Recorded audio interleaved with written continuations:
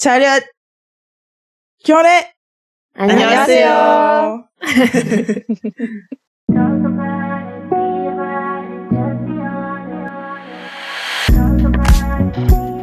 Bonjour et bienvenue dans ce nouvel épisode de Parle-moi K-Drama, le podcast qui vit et revit les séries coréennes. Je suis Emma, une de vos hôtes, et avec moi, il y a évidemment Elena. Hello. Ninon. Très longtemps. Salut. Et parce que on ne manque jamais de surprises ici, nous avons également Julie avec nous autour de la table. Bonjour Julie. Bonjour. Hello Julie. Ça fait plaisir. Oui. Ça nous fait très plaisir de t'accueillir ici. Oui. Bon, déjà, nous, c'est le premier enregistrement de l'année. Oui. Faut se remettre dans le bain. Ouais, on se remet dans le bain. Et aussi, on est très ravis, on est heureuse de t'accueillir sur notre émission. Merci beaucoup. Je suis ravie aussi d'être là. Ça fait très plaisir. Alors, c'est vrai que j'ai dit que tu étais autour de la table, mais en réalité, tu es donc à distance. À l'autre bout du monde. À l'autre bout du monde. Alors, à 9000 km, ouais. Nous, il est 11h du matin, de notre côté. Et chez toi, il est quelle heure? Est-ce que ça donne un indice aux auditeurs? Il est 19h. 19h. Il est 19h, les amis. 8 heures de décalage. 8 heures de décalage, donc on précise que nous sommes en hiver. Et ça donne quoi, ça? C'est vrai. Séoul. En direct avec Séoul. En direct c'est avec fou, ça, Séoul. J'adore. Moi, j'aime bien le concept. On devrait faire ça tous les jours. Il fait nuit. Bon, il fait pas très clair chez nous non plus. Hein. Ouais. Bon, après, on est pas sur un temps des plus cléments. Après, on est dans le nord. Hein. C'est vrai. Ah là là. Alors, Julie est physiquement pas avec nous, mais on est bien à Séoul, autour de la table et en France. Alors, c'est vrai que on est en 2026 et en fait c'est une année assez spéciale pour la Corée et la France. Et de ce fait, c'est sur ça que va un peu se baser notre hors-série aujourd'hui, parce que vous vous demandez de quoi on va parler. Eh bien, en fait, cet épisode spécial va porter sur la French Touch, la France dans les séries coréennes. Ouais. Ça donne envie, hein. C'est ça. Et justement, pour arriver à la French Touch, on va quand même présenter Julie. Bah oui. Un petit peu. Et Julie, avant qu'on ne sache un peu plus sur toi, on a l'habitude de poser une petite question à nos invités, qu'on ne manquera pas de te poser également. Et la question c'est, quel est ton tout premier K-drama, si tu en as un, et si tu t'en souviens, et sinon juste le premier dont tu t'en souviens, quoi. Ouais, celui qui t'a marqué. Ouais. Le tout premier que j'ai vraiment regardé, Empress Ki. Empress Ki. Pas des plus faciles. Impératrice Ki. Ouais, c'est pas le plus facile je trouve pour rentrer. Il est long. Ouais, il est long. Ouais. Il est long, mais il est bien. Il est très bien. Ouais, toi t'aimes bien les dramas un peu historiques. Ouais. Je pense que c'est la même pour Julie. Ah, j'adore. C'était quoi ton impression sur Empress Ki? C'était ton tout premier drama, donc? À part qu'il soit long. C'est vrai que c'était long, mais je pense aussi que en Europe, si on a l'habitude de regarder des autres séries où il y a plein de saisons, etc. Du coup, c'était pas spécialement si long que ça en soi. Ouais, c'est juste. Mais l'information est différente, quoi. Oui, c'est ça. Mais c'était vraiment intéressant de voir parce que c'était sur des faits réels, du coup, même si c'est très romancé. Hein. Oui. C'est intéressant de voir l'histoire de cette partie de l'Asie et comment ils l'ont montré, etc. Le jeu d'acteurs et tous les décors. J'ai trouvé ça. Enfin, moi, j'ai adoré personnellement. Ouais, tous les costumes, tout ça, c'est. Oui, et puis même l'actrice. Enfin, c'est la main, c'est une femme, quoi. Une femme forte. Du coup, ça change un peu des autres dramas qu'on peut voir où c'est toujours le gars riche et célibataire qui tombe amoureux de la fille next door, quoi. Et C'est vrai. aussi, t'as raison, Mais ouais. c'est une actrice, c'est un personnage fort, mais même moi, ça m'a donné envie d'en savoir plus aussi sur la vraie impératrice Ki de la vraie vie, quoi. Et c'était quand même une femme impressionnante, donc Ouais. quand c'est sur quand c'est inspiré de faits réels, enfin c'est intéressant, je trouve. C'est Oui, t'as d'autant toujours plus envie d'aller chercher des informations quand Ouais. c'est inspiré de faits réels. Mm, mm. Après, ça dépend lequel, hein, parce que il y avait un film que j'ai regardé aussi. Quand tu sais que c'est les faits réels, ça te déprime. Oui. Hein, mais bon, Oui. je sais pas, si vous avez connaissez. Je crois que c'est l'un des premiers films que j'ai vu. Non, peut-être pas le premier, parce que Silence avec Gong Yoo. Ah oui, oui, oui. J'en ai Alors, entendu j'ai- parler, mais je l'ai pas regardé. Pareil, j'ai Alors pas que t'es regardé, fan mais- de Regarde Gong Yoo. Alors que je suis fan de Gong Yoo, c'est vrai. Mais- Faut pas regarder, c'est ça? Mais effectivement, je crois que ça concerne, ça implique des enfants dans l'histoire en plus, donc c'est pas Oui. évident, je crois. Oui, oui, Mm. c'est une histoire vraie. En plus. Ok, donc ouais, le sujet est touchy, quoi. Ouais, le sujet, c'est un vrai sujet lourd. Allez chercher, chers auditeurs, parce que Tu l'as vu, toi, Emma? non. Non? Ouais. Mais Oh. pareil, ça me fait peur en fait. On le fera peut-être pas en hors série, justement celui-là, Oh, Après, on a pour regardé. la Ah, science. Oui, c'est vrai. pour la science. Pour la science. Mais voilà. Bah écoute, merci à toi Julie. En plus moi, Impress Ki, c'est vraiment un drama que j'aime beaucoup, donc ça me fait plaisir que ce soit ton tout premier, que tu sois rentré dans les K-dramas avec ça. Emma, tu le disais tout à l'heure, aujourd'hui on célèbre un peu cet échange entre la France et la Corée, et entre nous deux, bah il y a ce podcast, donc on est super contente aujourd'hui, nous trois, Emma, Elena et moi, on est super contentes, et on est super contente parce que c'est un grand plaisir et un peu un honneur pour nous de t'avoir aujourd'hui, Julie. Toi, t'as un parcours assez atypique. T'es née à Paris avec une enfance dans Lyon, je crois, puis dans le sud-ouest de la France. Et donc, tu es française, tu vis et tu travailles en tant que cavalière et actrice en Corée du Sud. Et alors, si je me trompe pas, t'as découvert la culture asiatique grâce à une amie quand t'étais ado. Et si tu es des nôtres aujourd'hui, c'est parce que en plus d'être cavalière, voilà, tu vis un peu les séries dans les coulisses, derrière la caméra, mais aussi sur les plateaux en tant qu'actrice, j'en ai parlé. Et je pense qu'on aura l'occasion de discuter un peu de ton parcours tout à l'heure.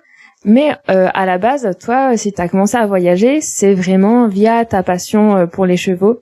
Et moi, ça, je trouve ça super intéressant. Après la Chine, l'Australie et le Japon, tu arrives en Corée du Sud en 2018, si je me trompe pas, pour les vacances. Ouais. Et là, en fait, quand on s'est rencontrés la première fois, j'ai l'impression que c'était un peu le grand amour. Tu rentres, tu prépares ton retour et tu repars grâce à un visa vacances-travail et avec en poche un contrat dans un centre équestre coréen. Et c'est là que ton parcours prend une tournure un peu inattendue. Julie, je l'ai dit tout à l'heure, t'as fait le tour de l'Asie avant d'atterrir en Corée. C'est finalement le cheval qui t'y a mené là-bas en Corée, et c'est pour ça que t'es resté là-bas. Mais la Corée en particulier, comment expliques-tu ce coup de foudre un peu dont je parlais tout à l'heure? Qu'est-ce qui a fait vraiment que tu as posé tes valises? En vrai, c'est beaucoup plus une question d'opportunité et comment expliquer ça? On va dire d'événements qui sont arrivés dans ma vie, parce que ça aurait pu être peut-être un autre pays, tu vois. C'est vrai que la Chine, c'était aussi bien, tu vois. C'était pas. Bon, après, la Chine, c'est un peu particulier, mais c'est vrai que le Japon, j'ai un peu moins collé, mais bon, c'est peut-être aussi la personne avec qui je travaillais, qui n'était pas forcément quelqu'un de très très facile. Mais je pense que après voyager, enfin que j'avais fait la Chine, l'Australie et le Japon, que je suis venue en vacances. Déjà en vacances, quand tu viens en Corée, on a un peu il y a un gros filtre devant les yeux, parce que ce que j'allais dire, ouais. on est Ouais. jeune, on s'amuse bien, il y a plein de gens, tu rencontres plein de gens, c'est plein de vie en fait. Et du coup, sur le coup, je tiens, ouais, bon, j'ai fait la Chine, c'était bien, j'ai fait le Japon, mais pourquoi pas essayer de travailler en Corée du Sud, quoi. Et Pour toi, c'était une suite logique un peu, la Corée du Sud après avoir Oui. fait la Chine et le Japon. Ok. oui, c'était un peu un pays que je voulais faire aussi de base. Mais du coup, je suis venue en PVT en 2019, ouais. Et de base, je devais rester qu'un an. C'était pour qu'un an. J'avais le billet retour, évidemment, etc. Mais on va dire que j'ai eu l'opportunité de pouvoir échanger mon visa et de pouvoir continuer dans l'acting. Parce qu'entre-temps de revenir des autres pays, j'ai fait d'autres expériences en France. J'ai fait j'ai fait un détournage, etc. un petit peu en France. Et même avant, je faisais pas mal de théâtre et des trucs comme ça. Du coup, quand j'ai eu l'opportunité, signer avec une agence et pourquoi pas ici, tu vois. Puis, le Corona est arrivé. Du coup, c'était plus compliqué de repartir que de rester. Du coup, je suis restée.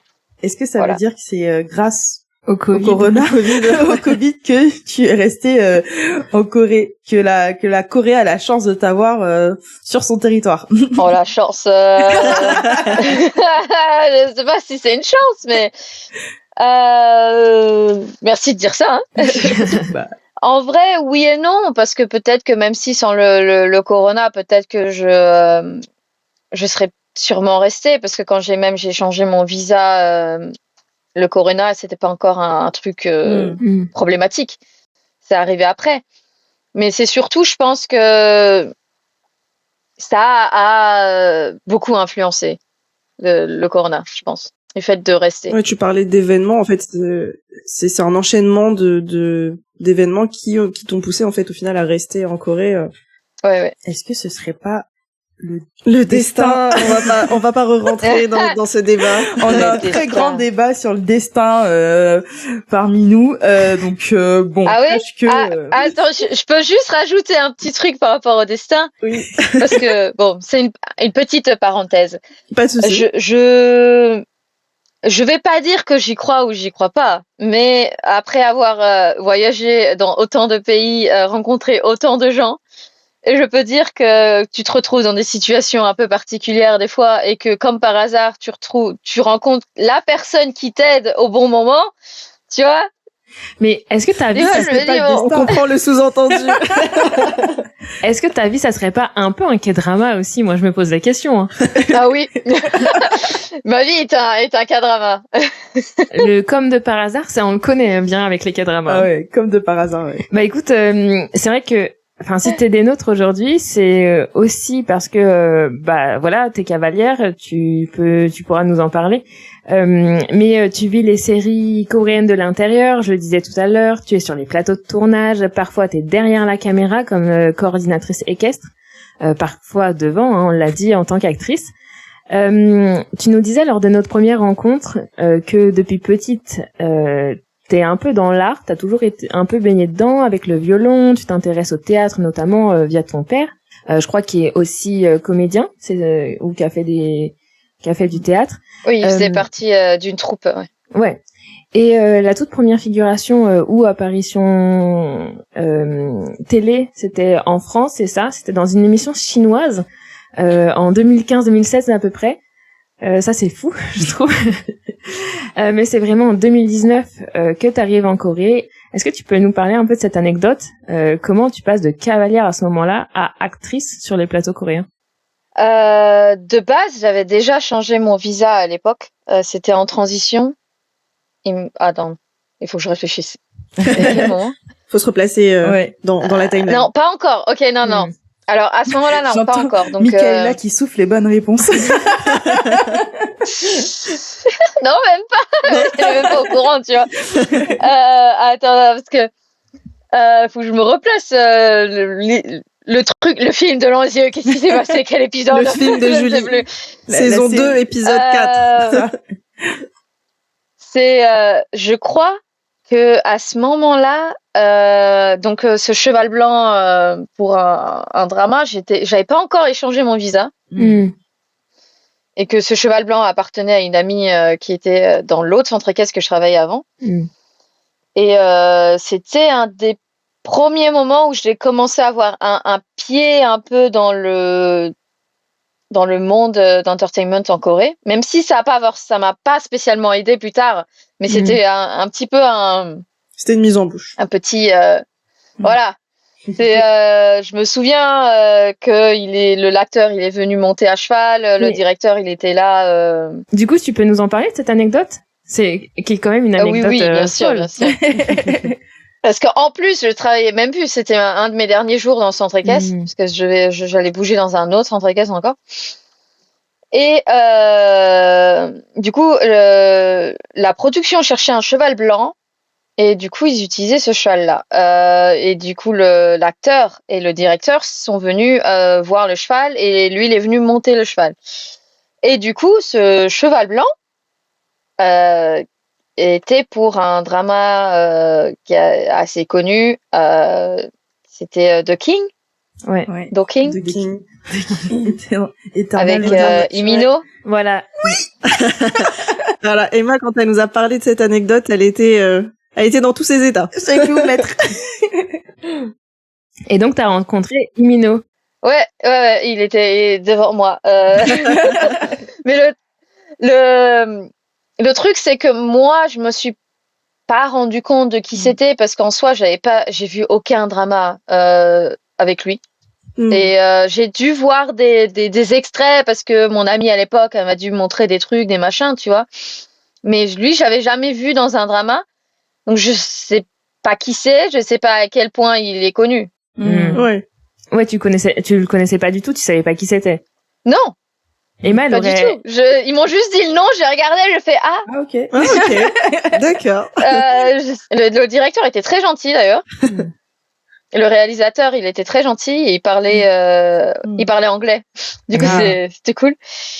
Et je me souviens, il était arrivé en retard et tout. C'était un peu compliqué. Tu n'es pas un acteur si tu n'arrives pas en retard. Ne serais-je pas une actrice finalement? Après. On est plusieurs. Après, il était comment expliquer? Il était poli, il était vraiment ça allait, tu vois. Il était bien. Il avait juste il avait un peu peur quand même. Ah oui, ouais. Tu sais si c'était la première fois qu'il montait à cheval ou c'est Non, c'était pas la première fois. C'était pas la première fois. Il était grand. Mais attends, mais oui, je dis dans The Heirs, il monte à cheval aussi ou dans Boys Over Flowers. Ah ouais. Il me semble. Dans The Heirs, il monte pas à cheval. Hein. T'es sûr? Attends, pardon, mais moi aussi. Non, mais je l'ai vu une paire de fois. Pardon, mais Boys Over Flowers, c'est pas un truc qui est censé se passer au lycée ou un truc comme ça. Pourquoi il monte à cheval? C'est une famille de riches, donc voilà. Après, pour revenir sur le fait qu'il est déjà monté, je pense que s'il a déjà fait un drama historique, il a forcément eu déjà des cours. Ouais, c'est possible. Et si il était casté pour ce drama, c'est que potentiellement il montait déjà et qu'il a eu des cours aussi pour ce drama. Du coup, c'était pas la première fois. Après, effectivement, je suppose que tu montes pas sur un cheval que tu connais pas facilement et puis je sais pas si ça devait être impressionnant quand même pour lui, même pour Imino. Là il venait faire des tests. Le cheval était grand, je pense aussi par rapport à ce qu'il a pu monter auparavant. Et ouais. Tu nous disais qu'il y avait un peu un mythe sur le cheval blanc, comme quoi ça représente la pureté et la royauté, et c'est pour ça qu'en fait c'était ce cheval-là vraiment, parce que les chevaux blancs, c'est pas le plus répandu parmi les chevaux, donc c'était assez spécial, c'est ça? Je pense qu'il y a de ça. Après, peut-être historiquement parlant aussi, ça devait être surtout certaines personnes à haut rang qui devaient monter des chevaux blancs. Je suis pas sûre, hein. Ouais, ok. C'est qu'une hypothèse, mais c'est vrai qu'ici les chevaux blancs, c'est vas-y que on les met un peu dans les magazines, on les met un peu partout, puis quand ils sont blancs, du coup ils payent plus. Ah oui, ouais. Et comment à la suite de cette rencontre, est-ce que tu te rendais compte déjà de la scène que tu vivais ou tu t'en es rendu compte après? Le fait que ça soit une histoire folle, en fait. Un petit peu parce que j'avais une autre amie qui était là aussi, qui montait au même endroit où je travaillais. Et enfin, il y a travaillé aussi un peu. Et elle est aussi étrangère. Elle vient d'Afrique du Sud. Ouais. Ok. Et elle était très très fan de Himino. Et moi, je savais pas qui c'était. Du coup, enfin moi, mon but, tu vois, c'était j'aide.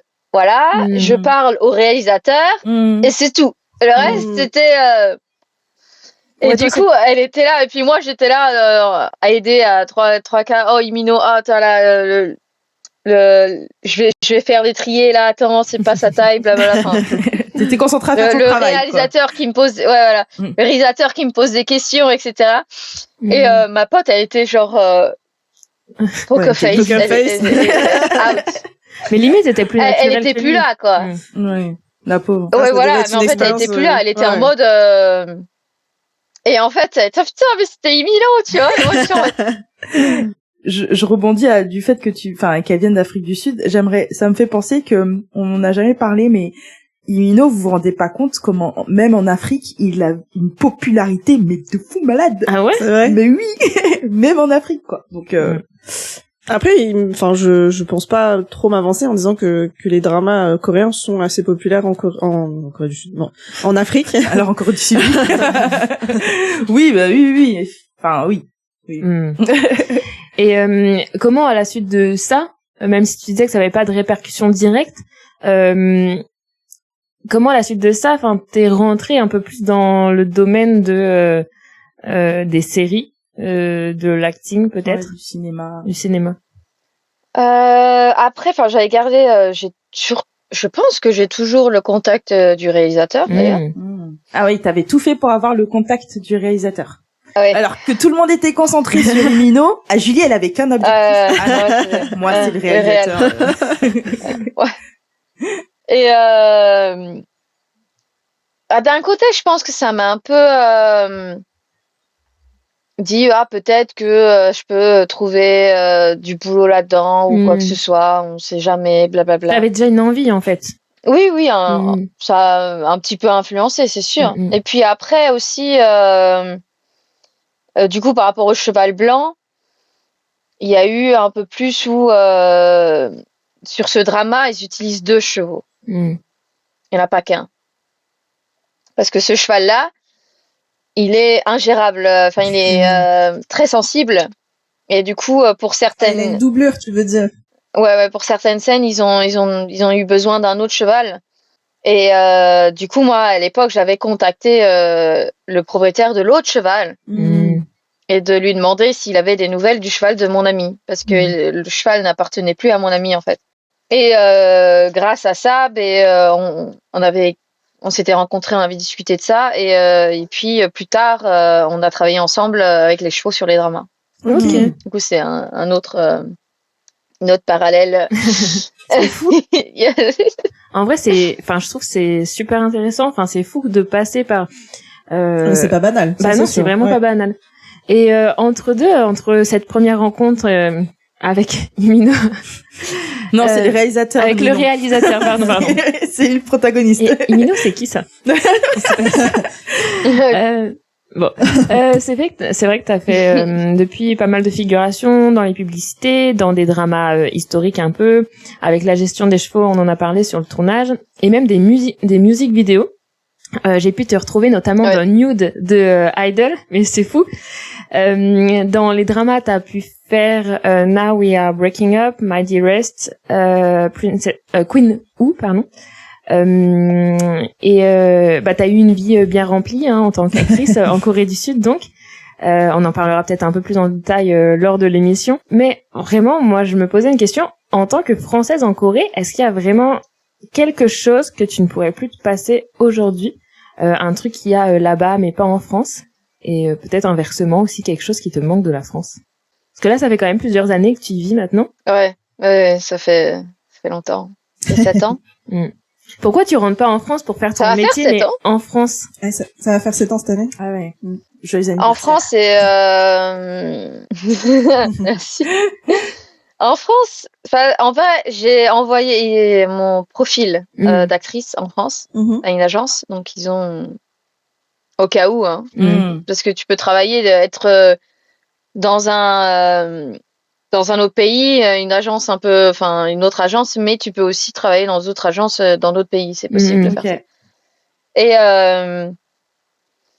en France, je pense qu'il y a beaucoup plus de concurrence. Et puis c'est surtout, je pense que les projets, c'est surtout à Paris, peut-être. Enfin, je suis pas sûre, mais moi personnellement, j'ai pas spécialement envie de vivre à Paris.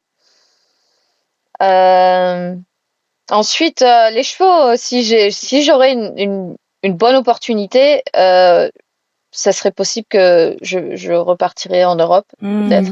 Il y a un truc qui te manque vraiment de la France, le fromage. Ah, le fromage, oui. Fromage, c'est la vie. Je vais pas vivre sans fromage. C'est difficile de vivre sans fromage. Bon, la nourriture, en vrai, il y a beaucoup de choses, beaucoup de choses qui manquent, en vrai, la nourriture française. Le pain. Après, la baguette, on peut trouver des bonnes baguettes, mais pas souvent. J'ai cru comprendre que c'est vrai. Ils ont gagné un concours apparemment devant la France, la Corée du Sud. Sur la baguette? Sur le pain. Non. Si. Quel affront. Après le Japon qui nous dépasse à la pâtisserie. Ouais. C'est Corée qui nous dépasse dans le pain. Qu'est-ce qui se passe? Donc apparemment c'est de plus en plus facile de trouver des bonnes boulangeries à Séoul. Ouais, mais c'est cher par contre. Mais c'est cher, ouais. Je pense qu'effectivement, ça reste. Et je me dis, il doit y avoir aussi peut-être un peu plus de Français qui ouvrent peut-être des boulangeries, françaises, j'imagine. Ouais, ok. Oui, il y en a de plus en plus. Ou des gens qui ont des influences ou de la famille en France, etc. Les restaurants, il y en a pas énormément. C'est pas encore, ouais. Ils se sont pas encore lancés. Il y en a plusieurs, mais le problème c'est qu'il y en a, c'est des fusions un peu étranges, donc ils vont dire que c'est de la nourriture française. Et une fois, je suis à un restaurant et je voulais un archi parmentier et je me retrouvais avec une lasagne. Non. Des lasagnes. C'était des lasagnes. Et j'étais là en mode, il est arrivé le truc, j'ai regardé, j'ai fait. Mais il est où, voilà, on n'a pas la même définition du hachis parmentier. C'était ça. C'est très bizarre, c'est très spécial. Le purée s'est transformé.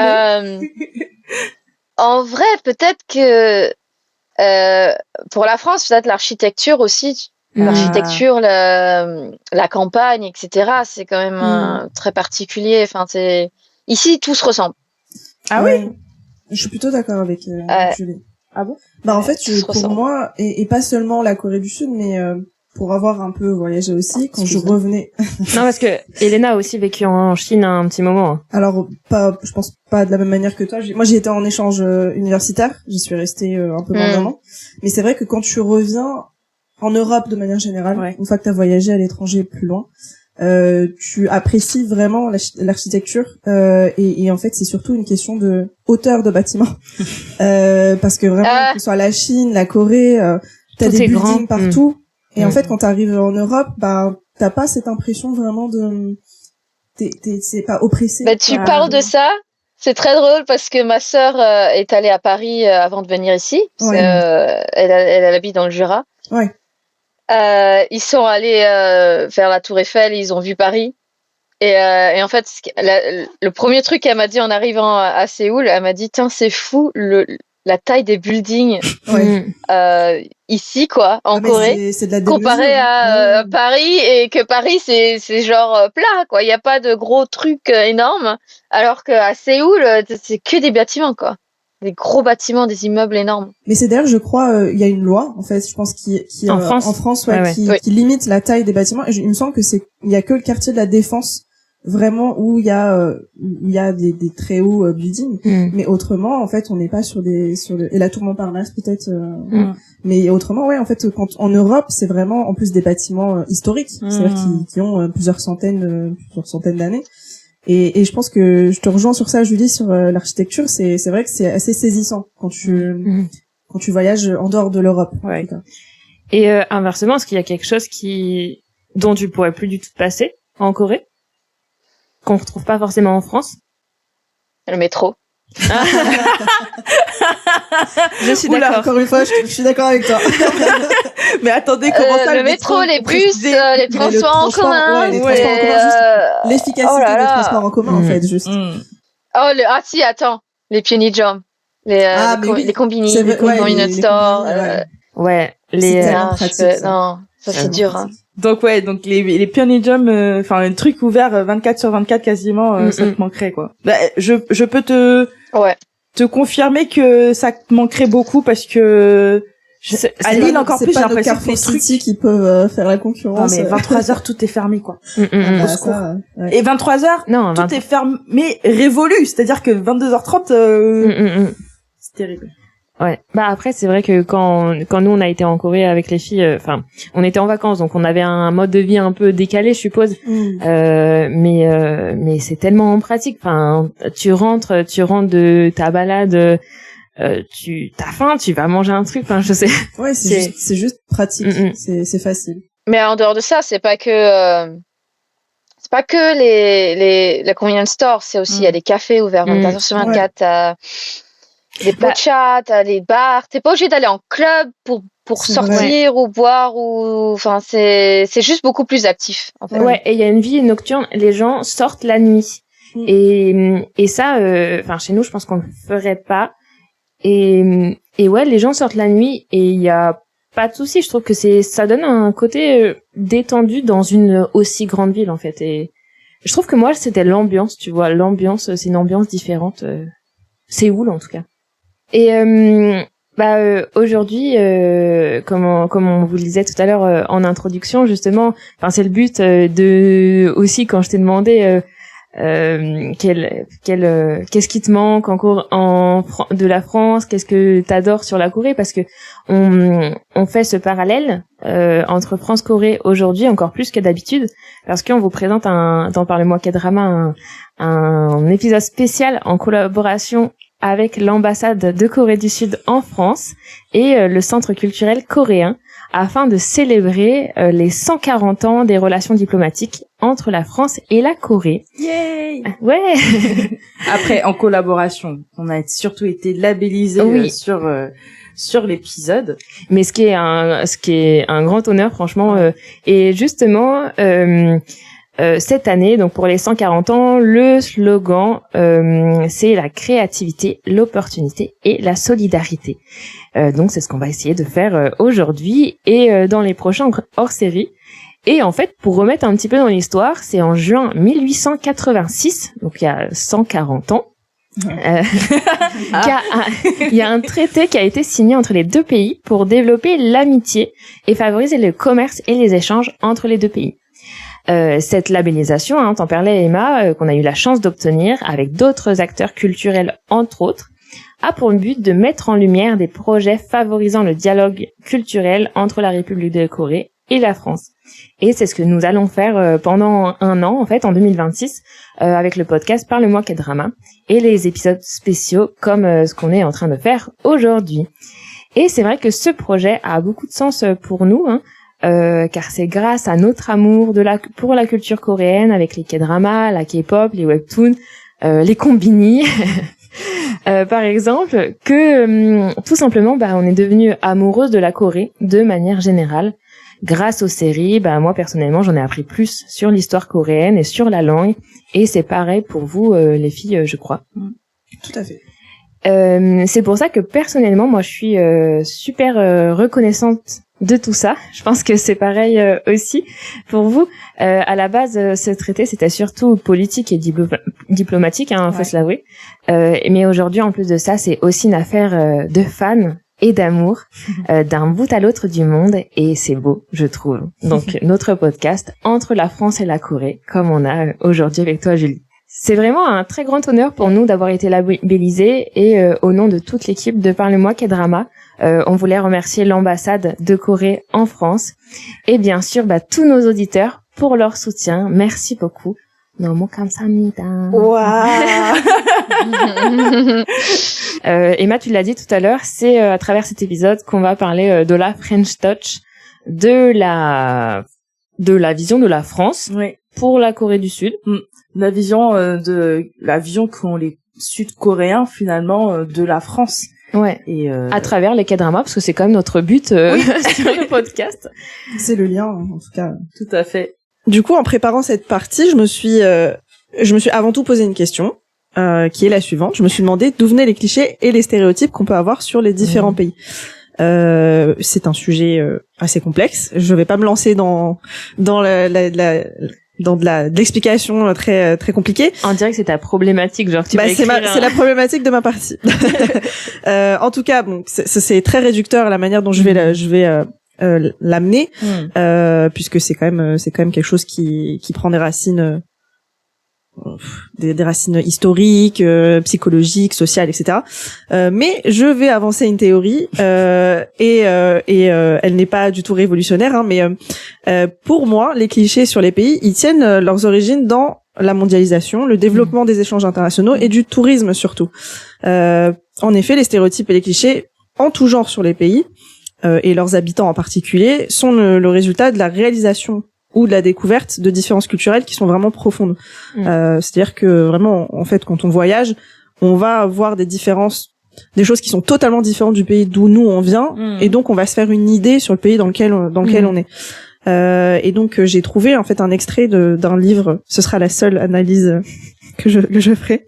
Le livre qui est d'ailleurs que je vous recommande parce que le peu d'extraits que j'ai pu lire de ce livre était très intéressant. C'est l'étude scientifique des stéréotypes nationaux de Otto Killenberg.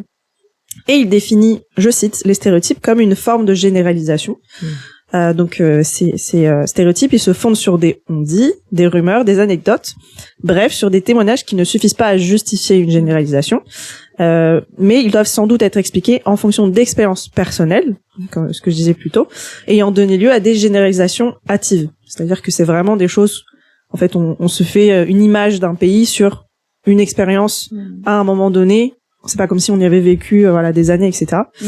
Mais voilà, et au-delà des expériences personnelles, on peut également citer l'influence des représentations médiatiques et culturelles.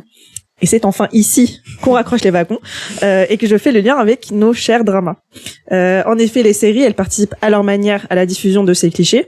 Et le sujet qui nous concerne ici aujourd'hui, c'est bien la représentation de la France dans les dramas coréens, qui, vous en doutez, est très souvent caricaturale. Déjà, on peut commencer par relever le fait que on est plutôt chanceux en France, puisque l'image de la France et les stéréotypes ou clichés liés à notre pays sont globalement positifs et flatteurs. En Corée du Sud. En Corée du Sud. Oui, parce que en Europe, nous sommes le vilain petit canard, je pense. La France, elle est même idéalisée et romantisée, et elle est souvent associée à l'amour, au luxe et à l'élégance. Ouais. Et il y a pire comme image. Non, ouais. C'est et sûr. puis je rajouterais même un truc en faisant le lien avec un de nos hors-série qu'on a fait avec Emma sur Mademoiselle. C'est un film, Mademoiselle. Je sais pas si tu l'as vu, Julie. Agashi. Oui, je l'ai vu. Et en fait, et à un moment, il y a dans les passeports, je crois, enfin c'était dans les papiers, c'était écrit en français, et je me suis demandé pourquoi.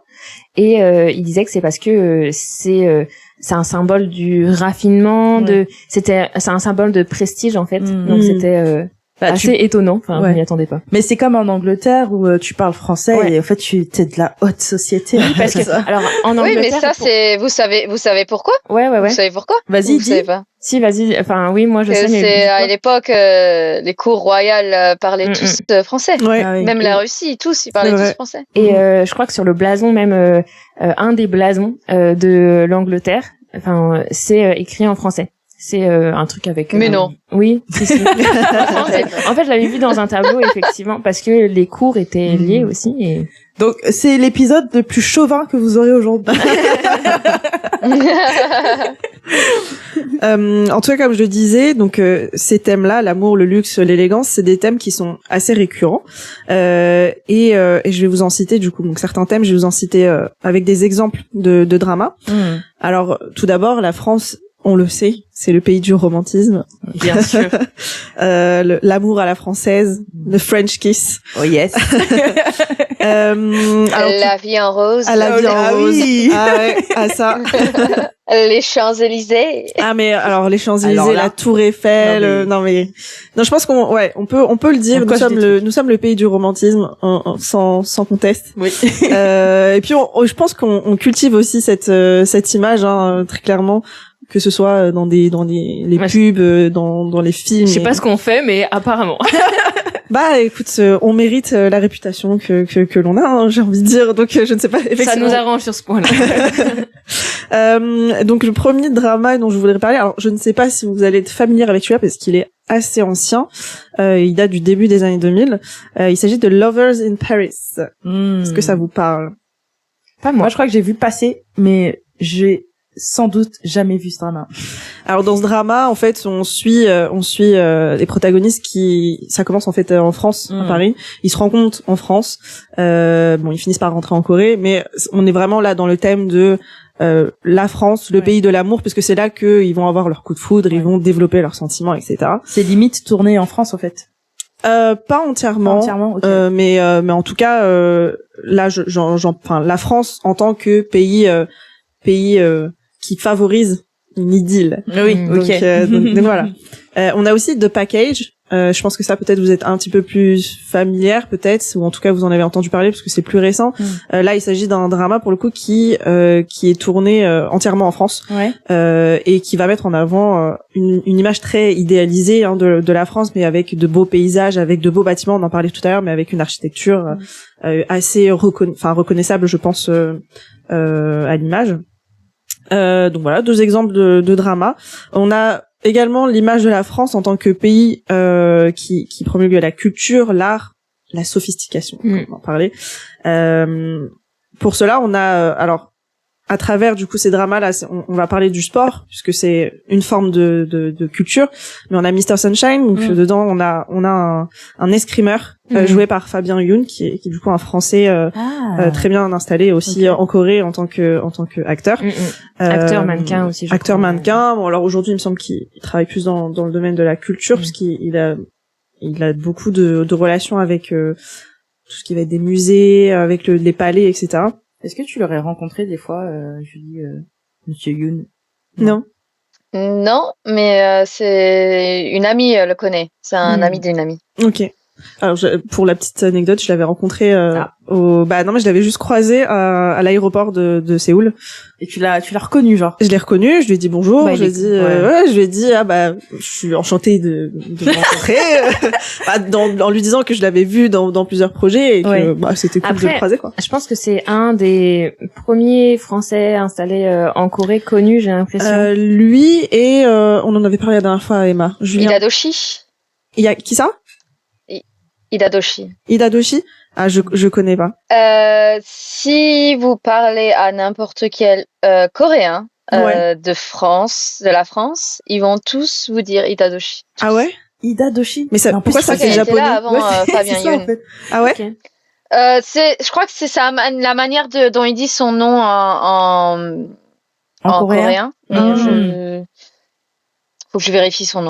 Mais elle est très connue. Elle a fait beaucoup de télé, d'émissions, etc. C'est peut-être Hilda, parce que Hilda Doshi. Sûrement. Bon, en tout cas, donc voilà, je parlais de Fabien Youn, mais juste uniquement pour parler du lien avec l'escrime, parce que dedans il est instructeur d'escrime pour un des personnages, et il lui parle un peu en français, évidemment quand.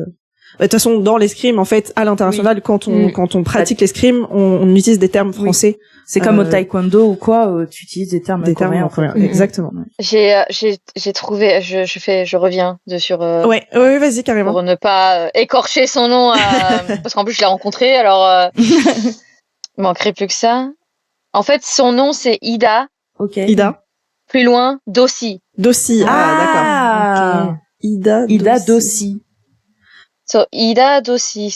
Mais oui, ok. Du coup, quand les Coréens ils disent Ida Doshi. Ida Doshi. Oui, parce qu'ils prononcent les S. Et du coup, pour nous, ça devient japonais. Ida Doshi, connu sous le nom coréen de Sohena. Corée hacker. Ils disent jamais son nom coréen. Ah non, effectivement. Et souvent, j'ai mes collègues et des amis qui se moquent de moi et qui répètent ma manière de parler coréen en disant que je parle comme elle. Elle a un accent. Ah après, je pense que tous les Français, du coup, parlent de la même manière quand ils parlent peut-être en coréen. Ah ouais. Ok. On a des photos en direct là, de Madame Dos. Et donc, effectivement, elle est décrite comme une personnalité de la télévision en Corée du Sud. Elle a l'âge de mon père. Voilà. Pour être ma mère. Donc voilà, donc oui, les scrims. On a évidemment, quand on parle des scrims, on a évidemment 25-21 que vous connaissez sans doute. Là, pour le coup, c'est vraiment l'un des sujets principaux du drama, puisque le personnage principal féminin, elle est escrimeuse. Sumulhana. Exactement. Oui, je l'ai dit en anglais, pardon. J'étais là en mode, c'est quoi ça? Donc ouais.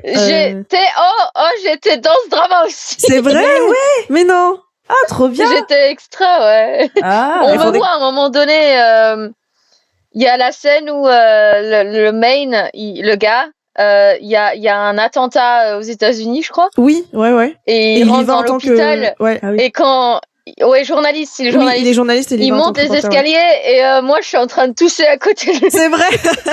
Il faudrait que je regarde du coup. Ça serait t'es en train de tousser de genre t'es en train de crever en fait. Oublié.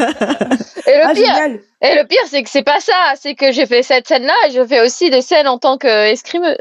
C'est vrai. Du coup, est-ce que t'es sous un masque ou on te voit à l'écran, tu crois? On me voit dans le couloir vite fait. Ok. Mais je vais me le remater, tiens. Comme ça, je vais pouvoir dire j'ai Julie. C'est génial. Excellent. Donc Sumulhana, effectivement en coréen. On a aussi The Heirs. Alors dedans, c'est plus une question de on a des personnages qui ont étudié en France, donc c'est vraiment l'image un peu prestigieuse de la France, comme tu le disais Ninon plus tôt, hein. Mais le fait de faire des études en France, c'est dans les dramas coréens en tout cas, c'est décrit comme quelque chose d'assez prestigieux et c'est un symbole de richesse aussi. Voilà, c'est ce que j'allais dire, c'est accessible pour les personnes qui ont l'argent aussi. Après, que ça soit parce que moi, dans la fac où j'étais, il y avait beaucoup d'étudiants chinois en l'occurrence, et il faut pas se voiler la face. Enfin, je veux dire, les Chinois, ça doit être le cas avec les Coréens quand ils viennent étudier chez nous, c'est qu'ils sont déjà riches, donc. Oui. Et si c'est dans des écoles encore plus prestigieuses, c'est encore plus. Oui, c'est vrai. Impressionnant. Après, bon, on a je pense on a la chance d'avoir beaucoup de partenariats entre universités, donc il doit y avoir des avantages financiers dans le sens où il doit y avoir des bourses ou en tout cas des réductions. En tout cas, c'est le cas dans l'autre sens, c'est-à-dire que nous, quand je suis allée en Chine, le partenaire faisait qu'on payait pas les frais d'inscription. Ouais, mais je sais pas si c'est pareil. Je sais pas si c'est la même chose en Chine, effectivement. Mais après, le coût de la vie, de toute façon, en France, c'est plus cher aussi qu'en Chine. Donc, effectivement, ça demande de l'argent dans tous les cas. Donc, je parlais de Diaz, on a parlé un petit peu plus tôt, mais Madame Antoine.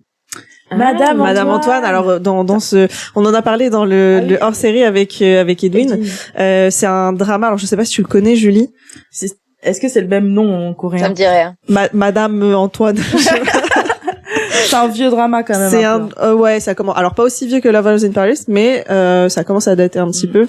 Dans ce drama, en fait, le personnage principal, c'est une médium, une voyante, et la personne qui susurre à son oreille, c'est Marie-Antoinette. Donc notre chère reine. Sous Louis XVI. Ouais, non, c'est particulier, c'est très particulier, mais donc du coup les scènes où elle parle en français, voilà, c'est quelque chose d'assez soutenu, et puis là c'est très clairement le lien à la royauté. Donc voilà, sur la France en tant que pays culturel, artistique. Évidemment, comment parler de la France sans parler du luxe et de la mode? C'est une part, j'ai envie de dire, hyper importante de notre image à l'étranger, et c'est là où on peut parler de Now We Are Breaking Up, dans lequel tu as, il me semble aussi, eu une petite apparence, Julie. Oui.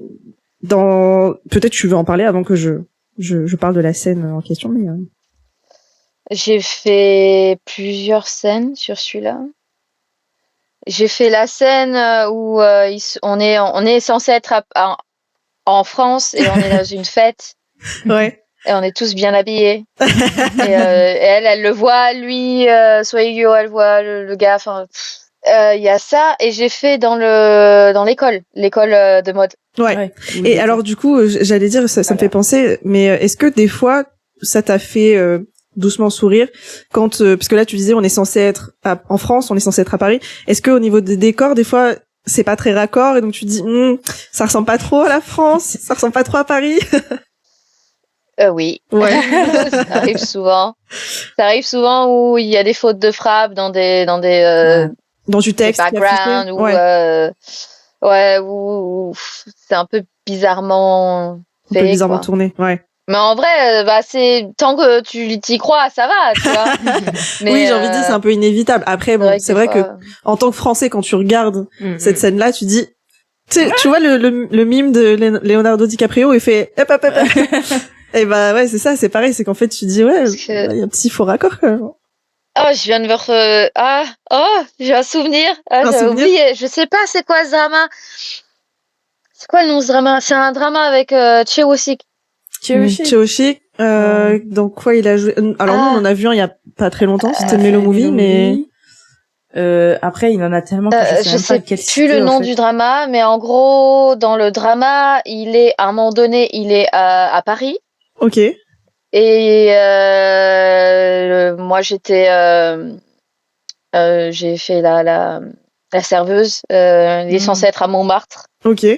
Voilà. Censé. Alors du coup c'est sur le mot censé souvent... qu'on doit s'attarder. C'est souvent dans des cafés. Des fois ils vont dans des décors où c'est des cafés à thème un petit peu où c'est des vieux meubles un peu d'époque, un peu Louis XIV, blablabla, blablabla, antique quoi, très antique.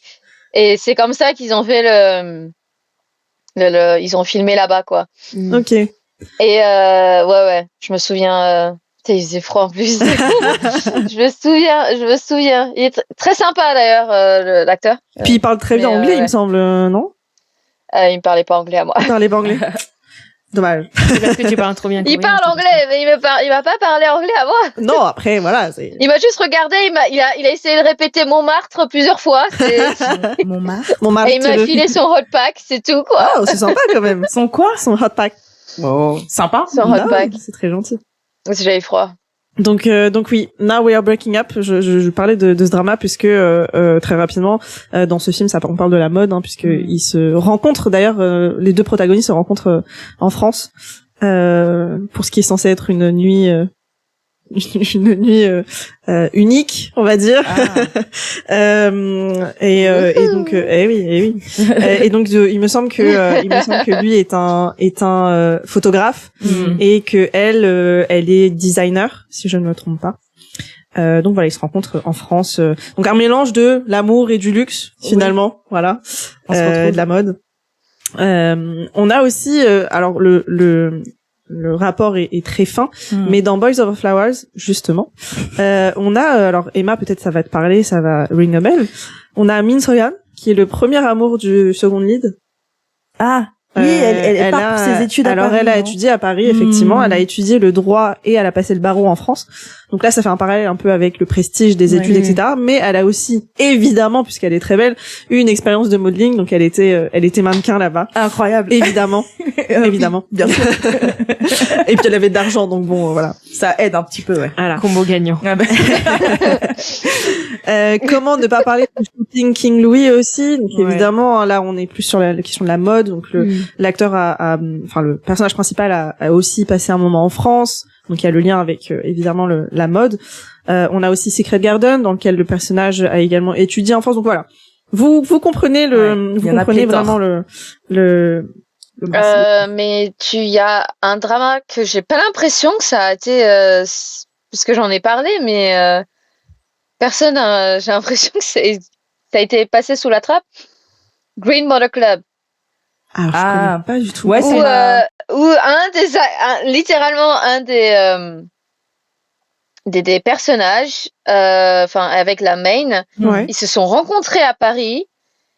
Et lui, il est coréen, mais adopté français. Ah, ok. Oui. Et des années plus tard, il s'est marié avec une autre femme, mais il rencontre la main de nouveau dans la... c'est un peu étrange comme drama. Un peu mélodrame. Comment tu dis que ça s'appelle? Green Motor Club. Motor Club. Ouais. Effectivement. Et du coup, l'acteur... il y a des anecdotes, je suis pas sûre de pouvoir expliquer, donner tout parce que c'est. Alors il s'appelle. C'est un petit peu des secrets, etc. Ouais. Mais le main acteur ne parle pas du tout français. Ah, mais du coup, j'ai été extra, j'ai fait de la figure pour celui-là aussi. Ouais. Ok. Mais lui, non, il parle pas un pet français. De français. Et il s'appelle Et dans il est le. censé être native français. Parce que là, je Mais- regarde dans la fiche, son nom de personnage, c'est Louis Buñuel. Donc tu peux pas faire Oui. plus français. Oui, mais moi j'ai regardé et tout. J'ai regardé des passages où il y est. Et, Donc il parle pas français rien, dans. Ouais. Il est Ah oui. censé. Ok. si, il parle français dans le drama, mais il parle. Tu comprends pas quoi. Un français approximatif, on va dire. on va dire, il a Après, essayé. le pauvre, C'est mais pas- de base, c'est pas un acteur non plus, le gars. Le base, Ah ouais c'est un modèle.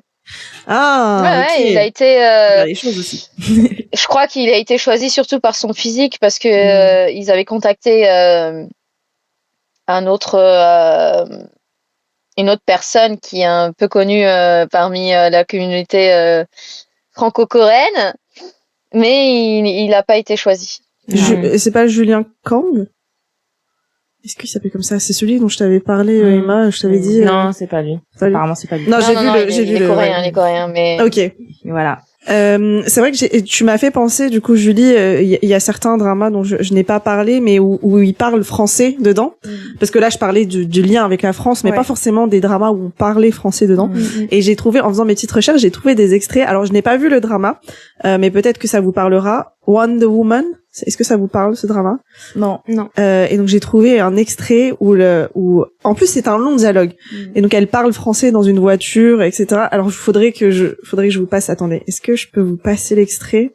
Et c'est quoi le drama que t'as dit? Le drama s'appelle Wonder Woman. One The Woman. Woman. One. ah, je croyais Wonder Woman. Non, non. Une copie. Une des femmes. Ouais, je D'accord. me demande pas. Une des femmes ou une la femme en plus. Donc, Une la femme, Wonder Woman. C'est quoi le timecode, s'il te plaît? C'est déjà un extrait. Alors, à cause des rumeurs que chacun se me place à la tête, les actionnaires voulaient m'empêcher de diriger l'entreprise et embaucher un directeur général à ma place. Pourquoi restez-vous arrêtés sans rien dire maintenant? Là, j'ai l'impression qu'elle parle thaï. Vous me critiquez allègrement juste avant, comme si vous étiez français. On a les sous-titres, nous, Julie. Je comprends 70%. Ça va, il y a pire. Honnêtement, je pense qu'il y a pire. Donc voilà. C'est l'habitude de l'accent. Oui, c'est vrai que ça peut aider. On a aussi Masterson, si vous l'avez vu. Masterson, Masterson. il parle français dedans. En fait, Le truc avec avec les fantômes. En fait, l'actrice principale, donc Mais non, j'avais oublié. Eh ben oui, alors attends, je vais t'envoyer l'extrait aussi. Emma. C'est un de mes premiers dramas aussi, hein, Masterson. C'est vrai, moi aussi. Mais alors, donc pour un peu nos auditeurs, pour recontextualiser, dans ce drama, l'actrice principale, en fait, elle peut être possédée par des fantômes. Et donc du coup, Pas par Marie-Antoinette cette fois-ci. pas par Marie-Antoinette. Ça marche. mais à un moment donné, elle se retrouve possédée par une Française. Et donc dans cet extrait que Emma va gentiment nous passer, C'est fou, j'ai oublié, quoi. Ça m'a pas marqué du tout. dans cet extrait, elle est possédée par une Française et donc là on est vraiment dans le cliché de la Française séductrice. Qui veut séduire le personnage principal masculin, sauf que plot twist en fait ce personnage il permet à l'actrice de contrer les possessions et donc dès qu'ils ont un contact physique, la possession prend fin. Ok. Donc là elle essaye de le séduire dans cet extrait. Je laisse passer l'extrait. Alors, on n'a pas les images, mais elle s'approche. Bon, déjà, on entend la musique, voilà. Et elle s'approche de manière très lascive. Elle tient une bouteille. Chérie. Ah, mais je la reconnais, l'actrice, en plus. Bah oui. Montre peut-être à Julie. Oula. 그건 내 스킨이야, 술 아니야. 얼굴에 바르는 거야. 마시면 안 돼. Donc effectivement, elle tient une bouteille dans sa main. C'est de la crème. Ne me laisse pas tout seul. Ne me laisse pas toute Oh, seule. je me souviens. 어차피 그쪽은 내가 손대면 꺼지게 돼 있어. 그쪽이 원하는 건 해줄 수가 없어. 나도 손만 잡고 자는 게 힘들어. 각자 조용히 자는 걸로 합의봐. Habiba, c'est 안 돼? 불어로 해줘. Donc voilà, en gros, tu peux arrêter là, mais en gros, elle finit par toucher sa joue dans une tentative de séduction et en fait la possession prend fin. Ok. Mais voilà, donc ça t'a rappelé, Julie, de voir cet extrait. Ouais, je me souviens. Donc voilà, c'était quelques petits exemples de drama où on peut parler français. Et c'est vrai que on le dit pas assez souvent, mais vraiment la prononciation française et coréenne sont tellement opposées que ce soit des Français qui essayent de parler coréen, bon, sauf si voilà on a appris, ou des Coréens qui n'ont jamais appris le français mais qui essayent de parler français juste avec La phonétique. C'est des fois pas très concluant. Bon, c'est dur. Et je pense que ouais, il y a certaines syllabes, certains le R notamment, mais qui est assez difficile à prononcer pour les Coréens, quoi. Mais après, c'est vrai que dans tous les cas, désolé, j'en rajoute une couche, mais dans tous les cas, au fait, que ce soit dans un sens ou dans l'autre, il y a des syllabes que nous on n'arrive pas à dire du coréen. C'est vrai. Et que je pense qu'ils doivent avoir ce même effet où tu sais, nous quand on entend des gens parler comme ça, là, comme ce qu'on vient d'entendre. Du coup, je suis en train de me dire que eux, ils entendent la même chose, oui. Mais de leur côté, tu vois. Donc, ouais, c'est un peu affolant, du coup. Je finirai par un dernier thème, et ça nous permettra de faire la transition avec toi, Emma, par la suite. Mais évidemment, comment parler de la France sans parler de sa gastronomie. Aïe, aïe, aïe. Et oui, et donc nous avons pour cela, moi j'ai 2 exemples, et on terminera par celui que tu sais. Alors un drama récent que vous avez peut-être vu, alors personnellement je ne l'ai pas vu, qui s'appelle Bon Appétit Your Majesty. Ah ouais. Dans lequel du coup on a J'étais aussi dedans. bah vas-y, je te laisse nous donner un petit peu plus d'infos aussi si tu le souhaites. Bon appétit, moi, j'étais dans la première scène où elle fait partie d'une compétition jouant un peu à la MasterChef en France. Et moi, j'étais juste genre staff dans le TV, et je donne son trophée à la fin, sans son chèque ou je sais plus quoi. Oui, et du coup, elle est chef et elle se retrouve à voyager dans le temps pour repartir dans l'époque Joseon, je pense. Ouais, c'est ça. Joseon, je pense, ouais. Elle se retrouve à faire la cuisine pour l'empereur, le roi, ouais. Et donc effectivement, elle fait découvrir la cuisine, évidemment coréenne mais française, puisque toutes ses études portaient sur la cuisine française. Et puis on arrive à Tastefully Yours, dans lequel tu étais aussi, du coup, Julie. Tu étais partout, tu es inévitable. L'anecdote qui est très drôle, c'est que celui qui fait dans le TV show, donc dans le MasterChef de Bon Appétit Your Majesty, celui qui est juge, c'est mon père dans Tastefully Yours. Ah mais purée, il faut relier Et donc est-ce que vous étiez rencontrés là-bas du coup, vous êtes reconnus, je suppose, puisque Non, je le connaissais déjà d'avant. Tu connaissais d'avant? Je l'ai rencontré il y a 3 ans pour Paradise City. Ok. On avait fait avec Park Seo-joon, et on avait fait ils font chaque année une vidéo de Paradise City pour la pub. Et c'était l'année où c'était Park Seo-joon, et du coup il y était, moi aussi j'étais. Et donc il est acteur aussi. Le monde est petit chez les Français en Corée. Mais de base il est pas acteur, il était prof en université et c'est fou. Il a arrêté. C'est fou. Et en tout cas, donc, voilà. Ouais, je pense que comme tu dis, Ninon, à mon avis, le monde des figurants et acteurs français en Corée doit être assez petit. Et sans doute, vous connaissez presque tous. Donc, mais c'est cool. Je trouve que ça fait une petite communauté. Et puis, donc faire les liens entre les différents dramas. Je trouve ça hyper drôle. Donc, merci de partager cette anecdote, parce que pour le coup, je pense qu'on l'aurait pas vu autrement. Ouais, et du coup, moi, je vous imagine trop. Tu m'arrêtes si je vais trop dans mon imagination, mais je vous imagine trop avoir une petite communauté effectivement d'acteurs français aller prendre des coups genre en after work à la française et là c'est il y a un peu de ça, il y a un peu de ça hein. Bah moi on n'est pas seul. Il y a un peu de ça, si on est content de se retrouver sur les sets. Ah vas-y, un français, je parle français, voilà, ça fait plaisir. Excellent. Ça fait plaisir de se voir. Bah c'est cool. C'est vrai que bah comme tu l'as dit, il y a effectivement énormément de dramas coréens où en fait il y a du français dedans. Et effectivement, moi ce qui m'intéressait, c'est aussi le thème gastronomie parce que Julie c'est déjà des thèmes les plus récents en ce moment et parce que effectivement Julie a eu des répliques dans une des séries en français et en coréen. En français et en coréen. Mais en fait, avant d'arriver là, j'aimerais quand même mettre un petit contexte derrière cette histoire de gastronomie française parce que je trouve ça très beau quand même. Parce que je me dis quand même éclaire-nous Emma. Et oui, je vais vous éclairer. Mais c'est vrai qu'on en a déjà parlé dans ce podcast, mais je trouve quand même qu'il y a un petit lien d'âme entre l'amour et l'alimentation dans les séries coréennes. C'est vrai. Mais dans la vraie vie aussi. Hein. Non, mais je pense que tu vois pas un seul drama coréen dans lequel ils ne finissent pas par manger ou avoir une scène où ils mangent. C'est ça, en fait. Et je m'étais fait la réflexion, par exemple, dès qu'une halmonie, genre une mamie, te prend en affection, qu'est-ce qu'elle fait? Allez, mange. Mais ça, j'ai l'impression que c'est dans beaucoup de cultures. Mais oui, mais après, bon, ça, je le vois bien. Après, la là. nourriture est très importante dans la culture coréenne quand même. Ouais, j'ai l'impression. C'est vrai. Mais pareil, je crois qu'on l'avait vu dans Mellow Movie aussi.